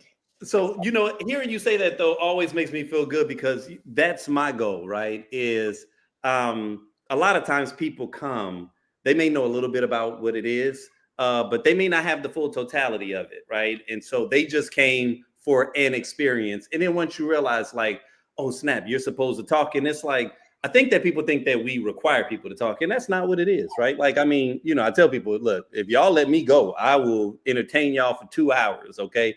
But the whole goal is to have this conversation. And so it's going to take a little bit of time to warm people up. But my goal is can I draw you out, and can we have a conversation and create a safe enough space to whereas, people feel comfortable with being authentic, right? And I think that when we first started 12 years ago, to be very transparent, for me, it was entertainment. It was entertainment. It was. So the first iteration of it, I was doing it on behalf of some friends that had an art lounge, and it was kind of their concept. And so, kind of leaning into it, I realized the value that it had, but I also knew, oh man, this would be a good TV show. And so I think just having that in my head, when I started doing it on my own, it was always like, because I love to talk and I love a good conversation. I find good conversations entertaining. And I always felt like this would translate well as an event or a TV show. And I realized just knee deep into it, I'm talking about a couple of months in, luckily I have good friends, and people that were around me was letting me know, Ike, I don't know if you realize what it is that you're doing. Like, you are giving people a voice that otherwise might not have felt like they had one. And Yeah. for me, even when she said it, I mean, it felt good to hear, but because that wasn't where my attention was, and because my focus was, oh, I'm trying to get this to the next level. And so this is before like social media really took a hold on the nation, and it was always like, nah, this is still entertainment. But thank you. I'm glad to know that you're getting value from it. But I think just throughout the years and going into it deeper, you really do start to appreciate that aspect of, like, wow, especially since I've been here in Phoenix, that people will grab this microphone and they will say some things that are incredibly like poignant, and they weren't influencers. They didn't come in because they were trying to get their because we have other shows that are even being taped down here in Phoenix, right, that are vastly more popular than we are, right? But most people that get on that show, they're not really looking for love. Most people that get on that show, they're not really looking for something qualitative. They're looking for clout. And no shade, but just saying that, like, when you sign up for certain things, oh, okay, this is popping on YouTube. That's why I'm here. But most people that come to Tequila Tales, their goal is not to go viral. You know what I mean? Like, they probably would prefer we didn't have the cameras going. You know what I'm saying? But knowing that the cameras are going and still having a willingness to share, for me, when I look at it now, understanding even just the gravity of the space that we're in, that to me is one of the biggest compliments, right? Because it lets me know that they understand what the essence is, right? And so that's even what I mean by when I say that, like, I appreciate when you grab the mic, because I know I know the essence of your spirit. I know your character. But I also know that you like to have fun, and you're an authentic person that, when you grab the microphone, you're going to say some real shit, right? So, only grabbing it for that. I'm only grabbing it for that because usually, it's a really good space to show some gratitude. I saw people saying this the last Tequila Tales, and I'm like, what does that mean? I need to understand that, so I'm gonna have to speak to that. But I felt like Tequila Tales brought us in a room, and my very first experience, it wasn't these experts talking about what to do. It was humans. It was real people talking about our experiences, our feelings, what we believe. And, hearing this gentleman talk about, y'all bear with us, he was in Arizona dating only Mexican girls because he wanted his kids to have good hair. And I was like, oh, and it is a room full of Black women. They ate his ass up, for you to sit here and talk about you want to date a Latino woman so your kids can have good hair. Those Black women got on the mic and they ate him up. And then he came back around and doubled down. And I was like, oh, that meant he felt comfortable. It was a very engaging discussion for me. And so I never anticipated ever getting on the mic. I am a very introverted extrovert. I love to learn. I love to be in a space and absorb. And so there comes a point where you're in the room like, I gotta say something, and so I appreciate having that space. I appreciate hearing the variant of perspectives and feelings and everybody being authentic, because no matter what, wherever I'm at, I have to be my authentic self. That's the only way I know how to deliver. And I think Tequila Tales gave us that. Like, we were very authentic. There was people who wanted to go viral. You really were just contributing to the conversation organically. If the moment was intended to be that, it's going to go viral. You don't have to push for that. Like, that's the difference between reality TV in 2025 and reality TV when it started. Like, we were just authentic. We were just who we are in that space. So I appreciate it, just being able to share that story. Because I was young. I appreciate you remembering what you just said about because that moment that you're talking about, that was at the first Tequila Tales that we had down here, right? And And even when I think, and what's crazy is I didn't realize it. I actually had that moment on tape. And that's the thing. That's the thing that I think people also don't realize is that even though people sign release forms and all that type of stuff, like if I think that putting something out is going to just put an enormous amount of weight, or what I mean, or not even just that, but like I think it's amazing because the first iteration of Tequila Tales, like I said, it was entertainment for me. And because we didn't know about the backlash of kind of like that was before like pre-Kevin Samuels and Derek Jackson and the men versus women thing. Right. So us entering this space and then even trying to kind of push it out in this virtual world, it was honestly really about trying to get people to have conversations that they were not having. You know what I mean? Like that was really the goal. Is like, I want to get us talking, and I want to encourage men to know that this is a safe space, because I wanted them to know that, like, and so I had to play devil's advocate. Me playing devil's advocate 9 times out of 10, I was playing devil's advocate against women. Now, not in an adversarial type of a way, but it was more in a, okay, the few men that are in here, they're afraid to grab the microphone because typically we would get treated a certain way. And so I had to be the one to take all the arrows, and the men would just sit there. When I tell you the first couple of years, men would sit there like this. Yeah. Right. And then after the event, everybody coming up to me, shaking my hand strong and hard, like, bro. Like, right. Because they know they don't have the balls to say, because let's be honest, when we go out in spaces here in Phoenix, the room is outnumbered women over men, right? Even Tequila Tales, like I'm always hoping for, a few more men to contribute, because there is a very huge difference of a perspective and opinion between men and women. And so you having to play that role was critical. Unfortunately, or fortunately, depending on the stance you were sitting, you needed to play that role in order for us to really pull on the strings of the conversation. And so it was valuable. And so that was the thing. Like when I talked about people, you got to come on to Tequila Tales. Casey was talking to us in Prescott about you bringing Tequila Tales to Arizona. And like, we were like, yeah, this sounds cool. This is exciting. It was fun to me because, one, we need to come together as a Black culture, right? And then we need to hear the opposite perspectives. Women are typically, we are so emotional in our perspective, in our response. Men don't always know how to receive that. And so they stand and they sit and they're not emotional in their response. And so they just kind of receive it.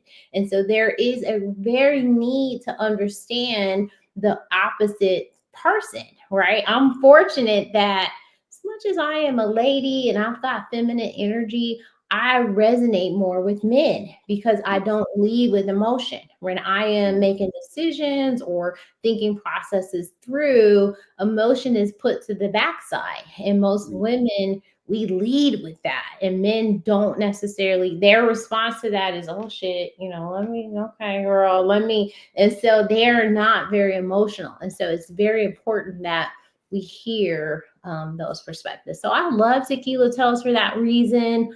I know when I talked about a high value man, I got attacked, right? Do you remember that conversation? I was like, listen, I'm 48, I am not necessarily dating today, but if I do, I'm looking for a high value man. And, Ashley, your man ate me up because he thought I meant high value meant his income.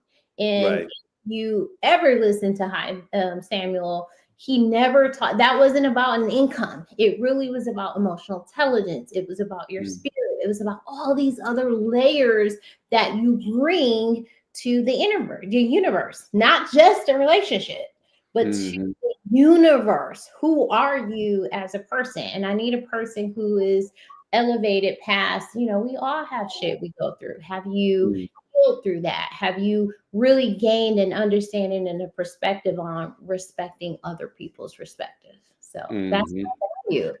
Yeah, and one of the things that I think that has been fascinating about doing the show down here, which was an unexpected, like an unexpected nuance, is the fact that, you know, the Black community is still, by and large, you know, we don't really have big numbers. You know what I'm saying? And so, you know, throwing an event that is kind of catered to us also provides just a safe space in general, not just from, you know, whether you're a man or you're a woman, but just from a community perspective. And so that was really, I think, what I was always trying to also tap into is I want to curate more spaces where we can actually just have conversations, and the conversation becomes the backdrop, because really what it is it's the overall experience. It's being in the presence of our culture. It's being, because one thing about Phoenix, you know, and I'm a fan of Phoenix, to be clear. I'm not one of those people that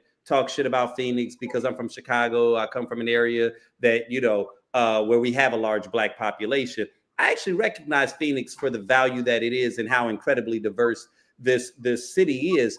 But one thing that we do not have is a centralized like hub. Normally, you know, that's where the Black people stay. Oh, that's the Black neighborhood. That's the Black side. That's the whatever. And when you think about it down here, we're dispersed. So even though we really don't even have numbers as it is, then when you try to say to yourself, especially if like you're an implant and you're searching for that community, like, yo, that's like a pilgrimage almost. You know what I mean? And there's only a few things that you know of. There's, you know, Poetic Soul Wednesdays nights. There's First Fridays at the Legion, if that's your vibe, or, you know, a couple other little things that's, you know, kind of sprinkled in. And so when the opportunity presented itself, I got excited because it was like, okay, I know that this is going to be a very small, very niche community, but at the same time, it might be, you know, very it's something special what happens when you circle the wagons, right? Like when you, even when I think about the Wednesday Poetic Soul, you know, shout out to Q and what it is that he's done with that platform. Because, you know, when I first went, I was entertained, but admittedly, I'm calling the fellas back at the crib like, yo, you wouldn't believe, man, one of the biggest events for Black people is a spoken word event. You know what I mean? It's a spoken word open mic. And I was almost being like, you know, sarcastically, you know, not full on ridiculing it because I enjoyed it, but it was like, man, we ain't been doing that since Love Jones. And then the more I realized it, I'm like, damn, this shit is actually pretty lit. And I'm like, because of the fact that we're in a desert, right? And he's kind of created a bit of an oasis. He is able to do something here that's actually more difficult to do than in Chicago. Because in Chicago, if you tried to do that exact same thing, you'd be hard pressed to get 25 to 40 people in that room. And week after week, this man got 200 plus that's coming up to not only hop on the stage, but to just experience it, you know, holistically. And so it's almost like what you start to realize is that sometimes the few is the many, you know, and sometimes there's strength in like this little incubated community. And so I stopped looking at Phoenix for what it wasn't and started recognizing like, man, like we all coming from these different areas, you know, you from Wisconsin, I'm from Illinois, you know, everybody, somebody else from California, somebody else from New York. But then when we find ourselves in this room, I'm like, man, as much as I love Tequila Tales in Chicago, because we had a vibe there, at times it can be a little monolithic, whereas you're here and this room is super diverse. Even while being Black, it's super diverse from an age perspective, as well as from a, you know, experience perspective. And what that created from a conversation was like, I don't know what y'all about to say up in here. And, you know, people like yourself is grabbing this microphone and y'all never once shied away from getting deep. You know, we can get playful and be silly at times, but then when I wanted to go deep, y'all was right there with me. Because let me push back a little bit, only because, and not in a negative way. I have to push back a little bit because here was my thought. When I came here, I was like, oh my God, where's all the Black people? Da, da, da, da, da. Like we all have this shock moment when you come from spaces like Detroit or Chicago or Milwaukee, only because in our cities, there was the hood, right? Right. You knew where that was. I could find the sock man. I could find the boosters. I could find Did you say the sock man? Oh, stop it. like when I went home last year, I got me and my kids some socks. And my son was like, Mom, you know I was wearing Nike and da da da da da. You know, I was like, bro, I'll keep them socks. You know what I'm saying? Like we Right. sock man, because as a single mom, socks was expensive to Right. get. But nonetheless, when I moved here, I was like, oh my God, like where is the Black community? Where is the Black culture? And so immediately, as somebody who is a numbers person, I started looking at the numbers. And let me tell you what I found. There are the same number of Black people here in Phoenix that there are in Milwaukee. The difference is Maricopa is higher on largest cities. Okay. And so what that means is we are more of a minority here, because what I started earlier in this conversation is Milwaukee is one of the most segregated cities in the country. When Obama became president, he was like, hold on, I got to go to Milwaukee and see what's going on, you know, because we had very low education. Again, it was all this white around us, but all Milwaukee was Black. So the whole city was the hood. And so when you move to a city like Phoenix, we're spread about. All right. That's the difference. But the number of us was the same. And so once I understood that, I said, okay, my people are here. So then you have to be intentional about finding them. You have to be intentional about going where they are. And so I learned early, Phoenix people get a little bit lazy. And I think it's because we come from those areas where I could just take 2-3 steps and my people was right here. Right. And so now you are in a new city. You chose to come here. You need to understand what that looks like, what that means, where we are, because now you're starting to see AZ Black Run Group, you know, the Black tennis group. I play tennis, y'all. I have fun. I'm going this Saturday. You know, I literally am now intentional about seeking my people, and we are here. And so you have to then engage. And so when I found the tequila tales, I was like, okay, y'all want to talk. Y'all want to have real conversations. And so it felt exciting to me. It felt mature. It felt like, you know, a space for, okay, if y'all talking about any Black people here, this is intimate. You can be who you are. You can be authentic. You can learn, because we need to be learning from each other. We are all very different. We're all coming from different spaces. Driving is different. As simple as that sounds. So we have to be willing to understand and learn. And so that's why I like Tequila Tales. That's why I like the space and allowing us to be authentic. That's the highest vibe your body will ever give off. You know what? I appreciate that. And I have absolutely no disagreements with what it is that you just shared. And, you know, I'll just share this with you, you know, before, I wrap, that, you know, this is going to be the last live Tequila Tales at Onyx.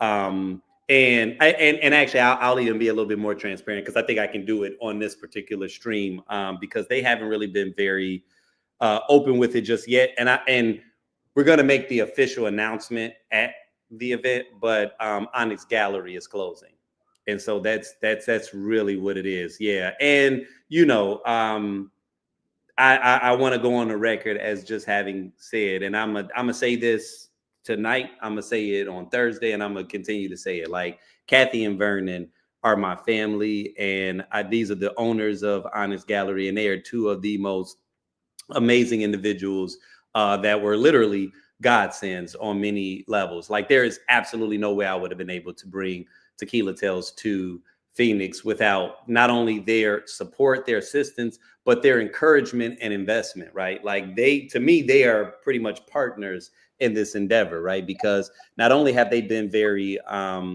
like understanding and like I said, investing, you know, as it relates to the business aspect of what it takes to put a Tequila Tales on. Because normally when we would do Tequila Tales, it's got to be in a certain type of environment, because the way that it's financed, we got to make certain that we, as much as possible, can remain in the green.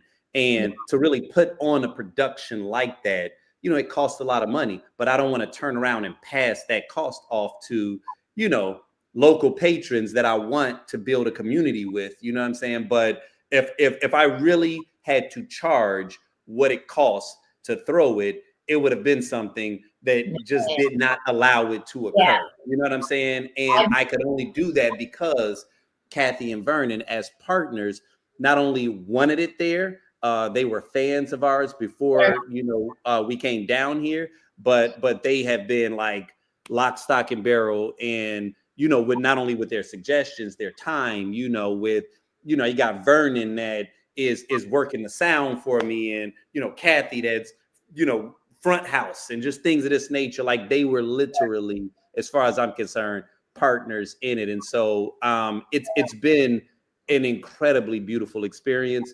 When she and I had the conversation, you know, what's crazy about life and what's crazy about just God is that movements already started happening where some things started to kind of present themselves that made the next stage of evolution very clear, right? Sure.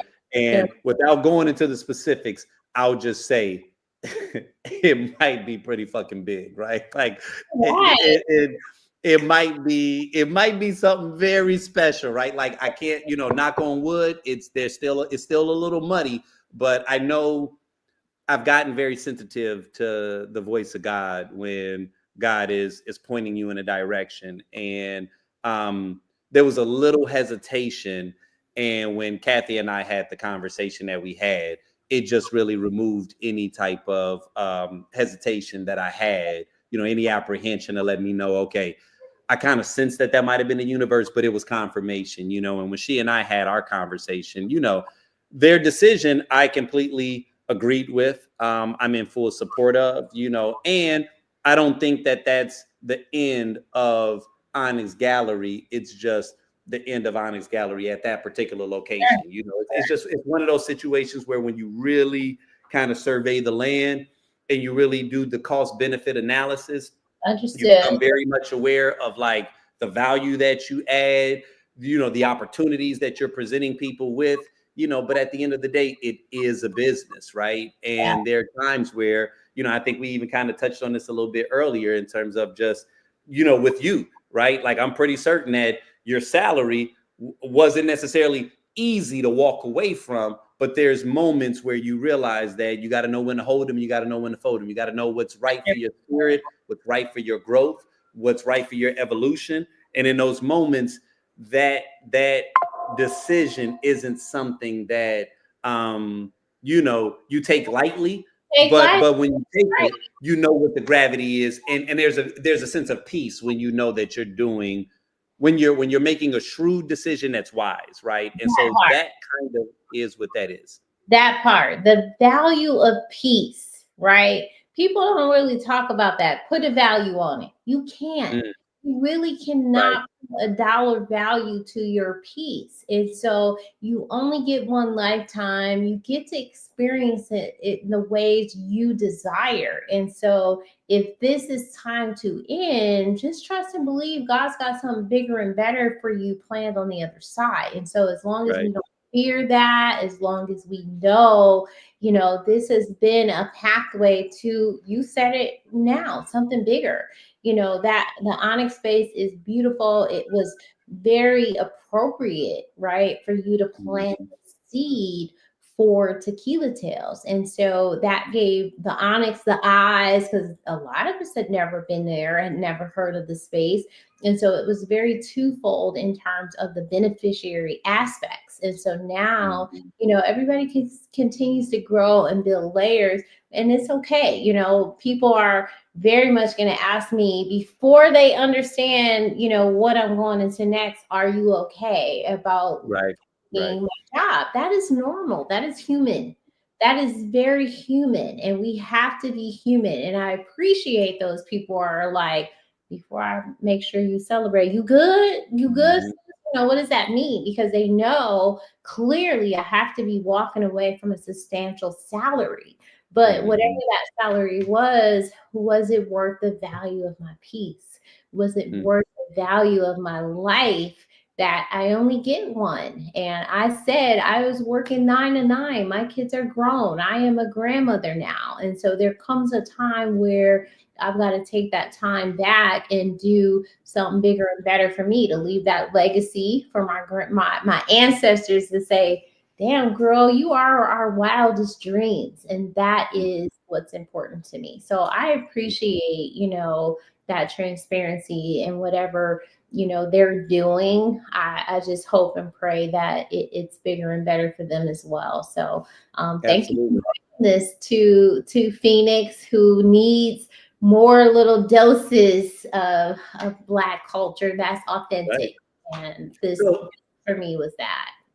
TJ, before I let you go, can you tell us about this new venture with your podcast? I don't want to let you go before you just share with us. You're embarking upon new territory, which is exciting. And I've been tapped in, and I like what I'm seeing thus far. So can you just share with us about this new road that you're journeying down? Absolutely. So the podcast, let's talk about it. The podcast is a birth child of the Black HR Society. When I started the org, the HRS, which is a passion project, it is not a for-profit. It is a non-profit organization that really just pours back into the community. But I started the org and I said to the team, I want to do a podcast. I really want to use our voices to give back to the community. And so I want to say about 2 years ago, we started talking about this podcast. And so I'm going to call it a manifestation, because I manifested this to really give people a couple of different things. Entertainment. We talk about HR because there is a very, very bad stigma around HR professionals. There is this concept that HR professionals are only for the company, and in one aspect, absolutely, we are hired to ensure the company remains in compliance. But let me share this with y'all. In order for us to remain compliant, that also means we have to do what's right for the employee, because we have all of these policies that are written to protect the company and the employee. And so for the two to merge together, HR exists. And so, yes, there is an aspect of us that protects the company, but we do that by a lot of times saying, what's the right thing to do? And I am one of those people that is built on strong character. When I'm making HR choices, it's from what's the right thing to do to protect the interests of both the employee and the company. And so we talk about pop culture, what's happening in the world, but there's an intersection of HR in that. So tap in. We are launching a show on Thursday at 1 p.m. Ayana Baker, who is our compliance officer. She's also a DEI specialist. So y'all see what's happening in the DEI space. She gives us her perspective on that and what that means. So tap into Let's Talk About It. If you want to be a guest on the show, TJ at wewannatotalkaboutit.com, because we want to talk about anything and everything. So you can hit me up there. Or if you want to be a sponsor, we'd love to have you and invite you to join us. So thank you so much. Yeah, no, that's dope. Listen, man, I want to tell you how much I appreciate you jumping on. Like I said, you add tremendous value on so many levels, right? Like I remember the first information that I learned about you, and this is a little personal, but I'll share it anyway. When you first met Casey and you guys were at the, I think it was like a bridal shower. Mm-hmm. And I know you're a bit of like intuitive, kind of like you have clairvoyant tendencies, and you spoke into Casey, and I remember her sharing with me about that, and just you feeling the energy of her mother that had passed, and you didn't even know that her mother had passed, and you were just sharing things about it. And that really touched her, especially like during that period, because she had, had transitioned for a few years. But, it's one of those things where even though time can maybe make dealing with it easier, it's a pain that never goes away, right? Their presence you always continuously feel. And so for you to, in a moment where it's a whole bunch of other stuff that's going on, to be Right. able to key into Casey and to have that moment with her, like that for her was like the highlight of that weekend for her. And she fell in love with all of you guys during that weekend. And she was a little apprehensive about going at first. I was actually surprised that she did it. It was very unlike her because she's an introvert also. Like she likes to kick it, but it was just like, oh, you're just out here, huh? You know what I mean? But whatever. But it ended up being just very serendipitous. And, when, like I said, I just remembered you from that. And then, you came to the first Tequila Tales. I got an opportunity to meet you, but obviously it was like, just interactions, not only through Tequila Tales, but just when I had an opportunity to see you out and about and stuff like that. But man, you have been solid. And hearing about this podcast is exciting, right? And largely because I can tell when certain people kind of have that factor, that it factor, where they just naturally are comfortable inside of a space and it feels like a very cohesive relationship, right? And so I wasn't surprised when I heard about this. Like sometimes I hear about people, and I'm gonna be very honest, right? Like Right. you hear about people stepping into this space, and you just be like, man, stop it! Like you just Right. everybody want a podcast all of a sudden, and you just like, I do whatever, right? But like when I heard about you doing it, and even just knowing, like, not only do you have that capacity to share your thoughts in a very like warm, inviting, and dynamic way, but that you like to execute things at a high level, right? And so even while figuring it out, because we all got to build the plane as it takes off. Yep. One thing I never question is whether or not you're going to put your whole heart and soul into it, and if it bears your name and your stamp of approval on it, it's going to be something that's going to be worth tapping into. And so I'm excited that you're embarking upon this new journey. I was excited to hear about this new journey of entrepreneurship, and then also just even your excitement and that you did so on your own accord. Because I know sometimes like life will force us into something begrudgingly, and not that there's anything wrong with that, but there ain't nothing like when you make a decision because that's what you wanted to do.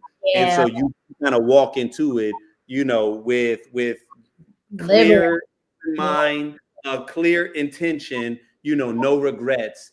That's a different way of embarking upon a new journey, right? So regardless of what obstacles or whatever comes, you already know that you're here and that you have a purpose, right? And so thank you for, gracing me once again. As you already know, you on the list, you know what I'm saying? So if you are available on Thursday, I can't wait to see you. Otherwise, you gonna see us again, you know what I'm saying, on the next iteration of Tequila Tales. But yeah, no, thank you. Anything you want to say before I close? I'll go ahead and give you the stage. I really, like, my heart is just warm, leaving a very stable job and having this reputation behind you is this whole new venture. And what's exciting for me is so many people got behind me.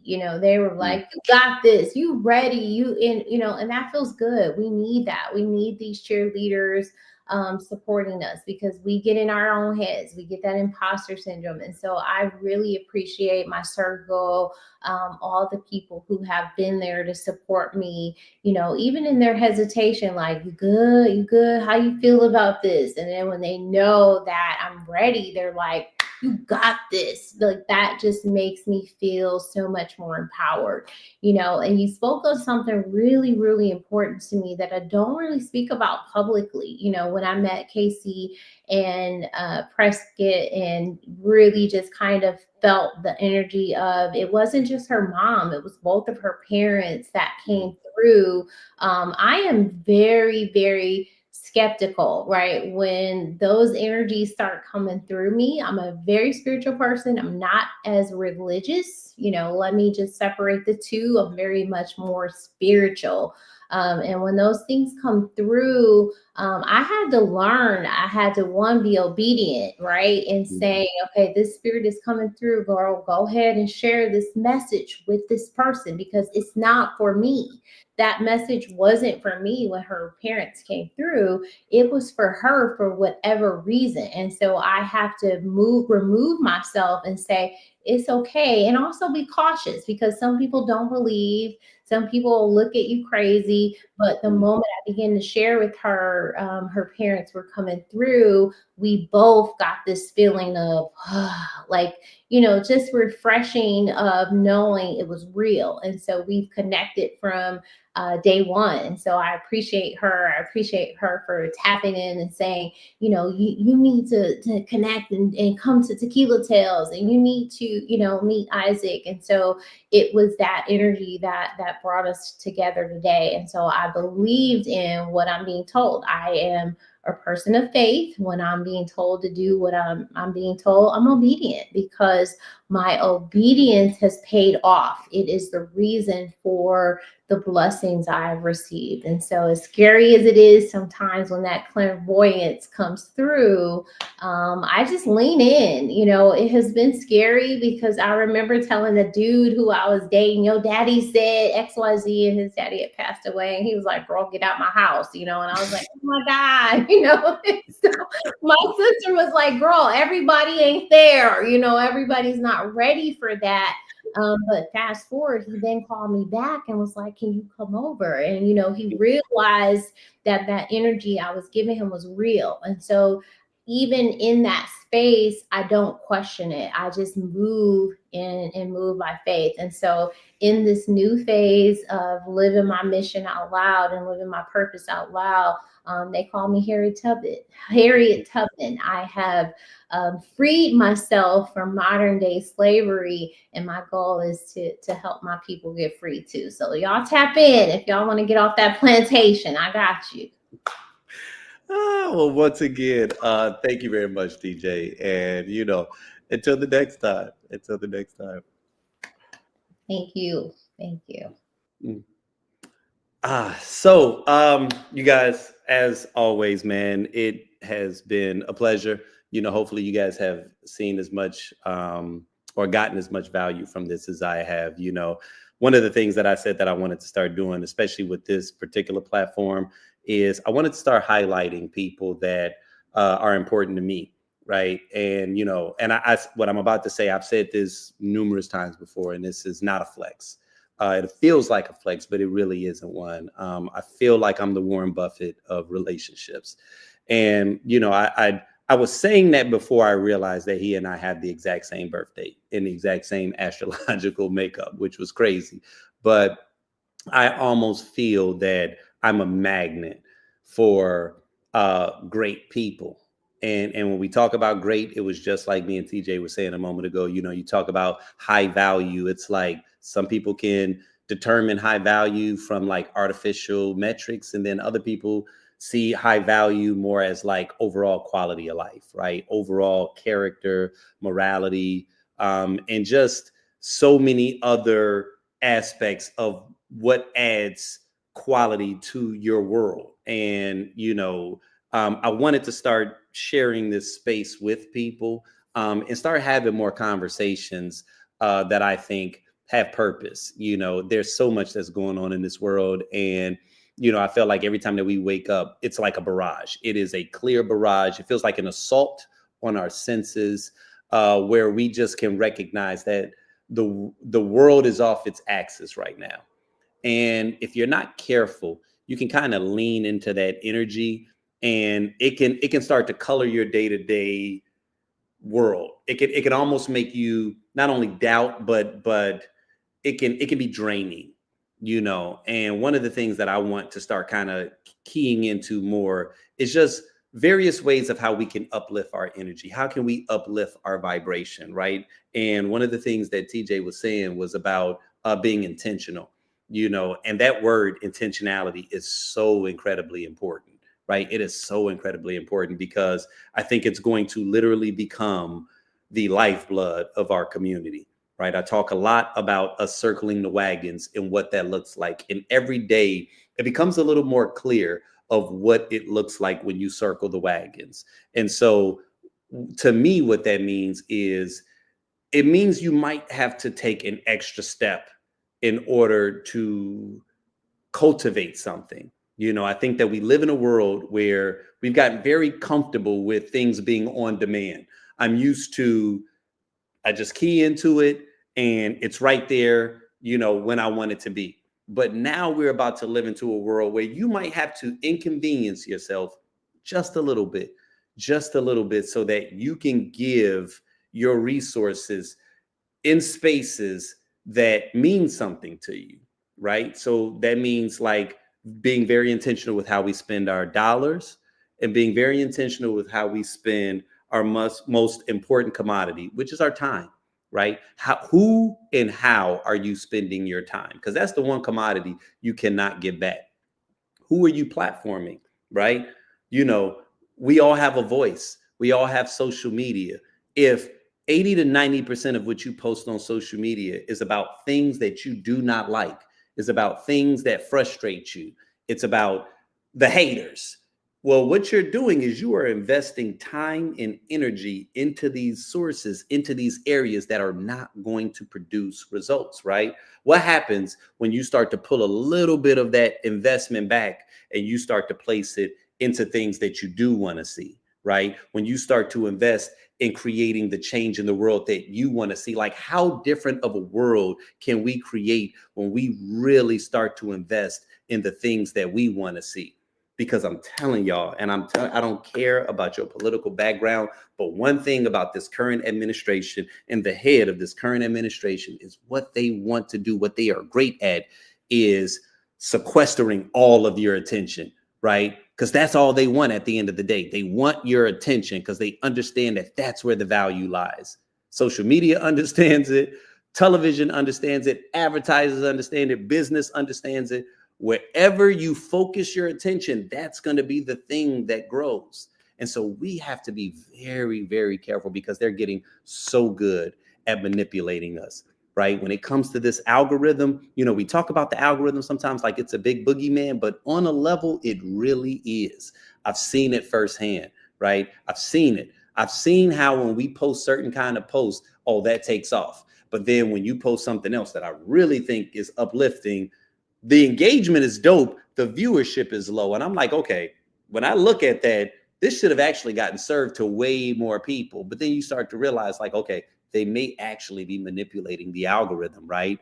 They are controlling the information. They are controlling the information. Now, they're not going to stop us from posting, but they do run your news feed. They do run the airwaves, right? So if you are waiting to see what information they're going to feed to you, I guarantee you it's not going to be something that's uplifting. I guarantee you it's not going to be something that makes you feel better.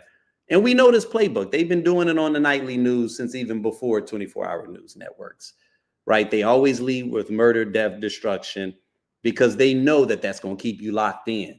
So if you want to change your world, you got to be very intentional with how you spend your time, what you're focusing in on. And it means that if there are things you like, you can't wait for your news feed to serve it up to you. If there are things you like, you have to actively go out and invest in it, right? Because I promise you, shit goes away sometimes. And then people are like, what happened to that thing? Man, we really used to enjoy that. Man, you remember that restaurant? Yeah, well, it's no longer in business because as much as you loved it, you never supported it. And I get it. You can't always come out. You can't always, patronize it. But you got something that you can do, right?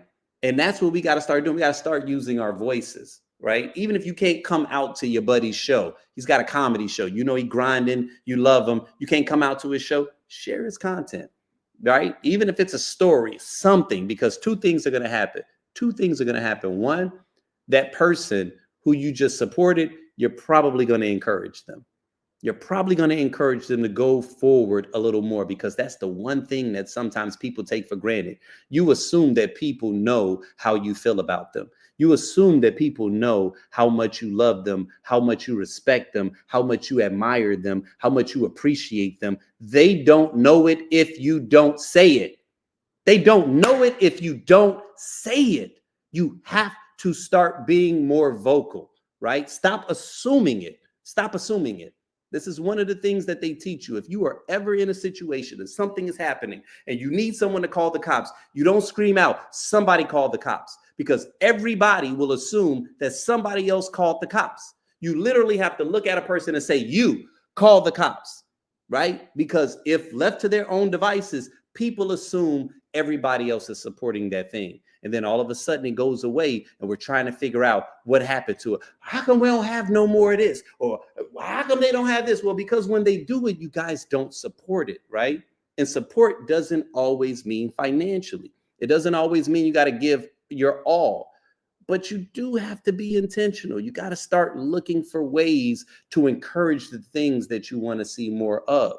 And that is the world that we are in, right? Because right now, government and the nation at large seems to have a target on many of our backs, right? So when we do circle these wagons, what it means is we got to start figuring out how to recycle. We got to start figuring out how to benefit one another. You know what I mean? And I'm not just talking about charity, because I'm not saying support that person that's not putting effort or not grinding, that's not adding qualitative things. But I do know that there are times where people are very quiet with their praise. You're very vocal about the things you don't like, right? When you get bad service at that restaurant, oh, you're going to go on social media. You're going to let everybody know how shitty of a service you just got. But then when you love it, when you had an absolute great time, do you call the manager? Do you call the GM and let them know, man, I got some of the best service that I just got from this waiter earlier today, right? Do you go on social media and sing high praises to that business that gives you that quality product? We got to start being that way, because if we do not, then ultimately we're going to be controlled by those who have another agenda, right? And so that's pretty much what I want to leave you guys with. What I did, if you all look inside of the chat right now, I posted the link. If you are in Arizona, we do have some tickets remaining. But I got a feeling it's going to be a packed house, right? So you probably don't want to wait until the last minute, right? But this is going to be us properly sending off Onyx Gallery. We've got a cigar lounge, we've got a live band, we've got a DJ, and it just so happens that the weather is going to be beautiful also, right? So it's going to be a good time, and we're going to have a great conversation as always. But, you know, I will always let you guys know that, you know, this isn't farewell. You know, like I said, we got some more stuff in the works, but it might be a little while, right? So don't wait for that. Go ahead and come out and kick it with us, and let's send Tequila Tales and Onyx off properly. But once again, you guys, man, love you. And until the next time. Oh, you know what? Wait a minute. Hold on. Look at me. See, normally I've already got this part queued up. But yeah, y'all get it.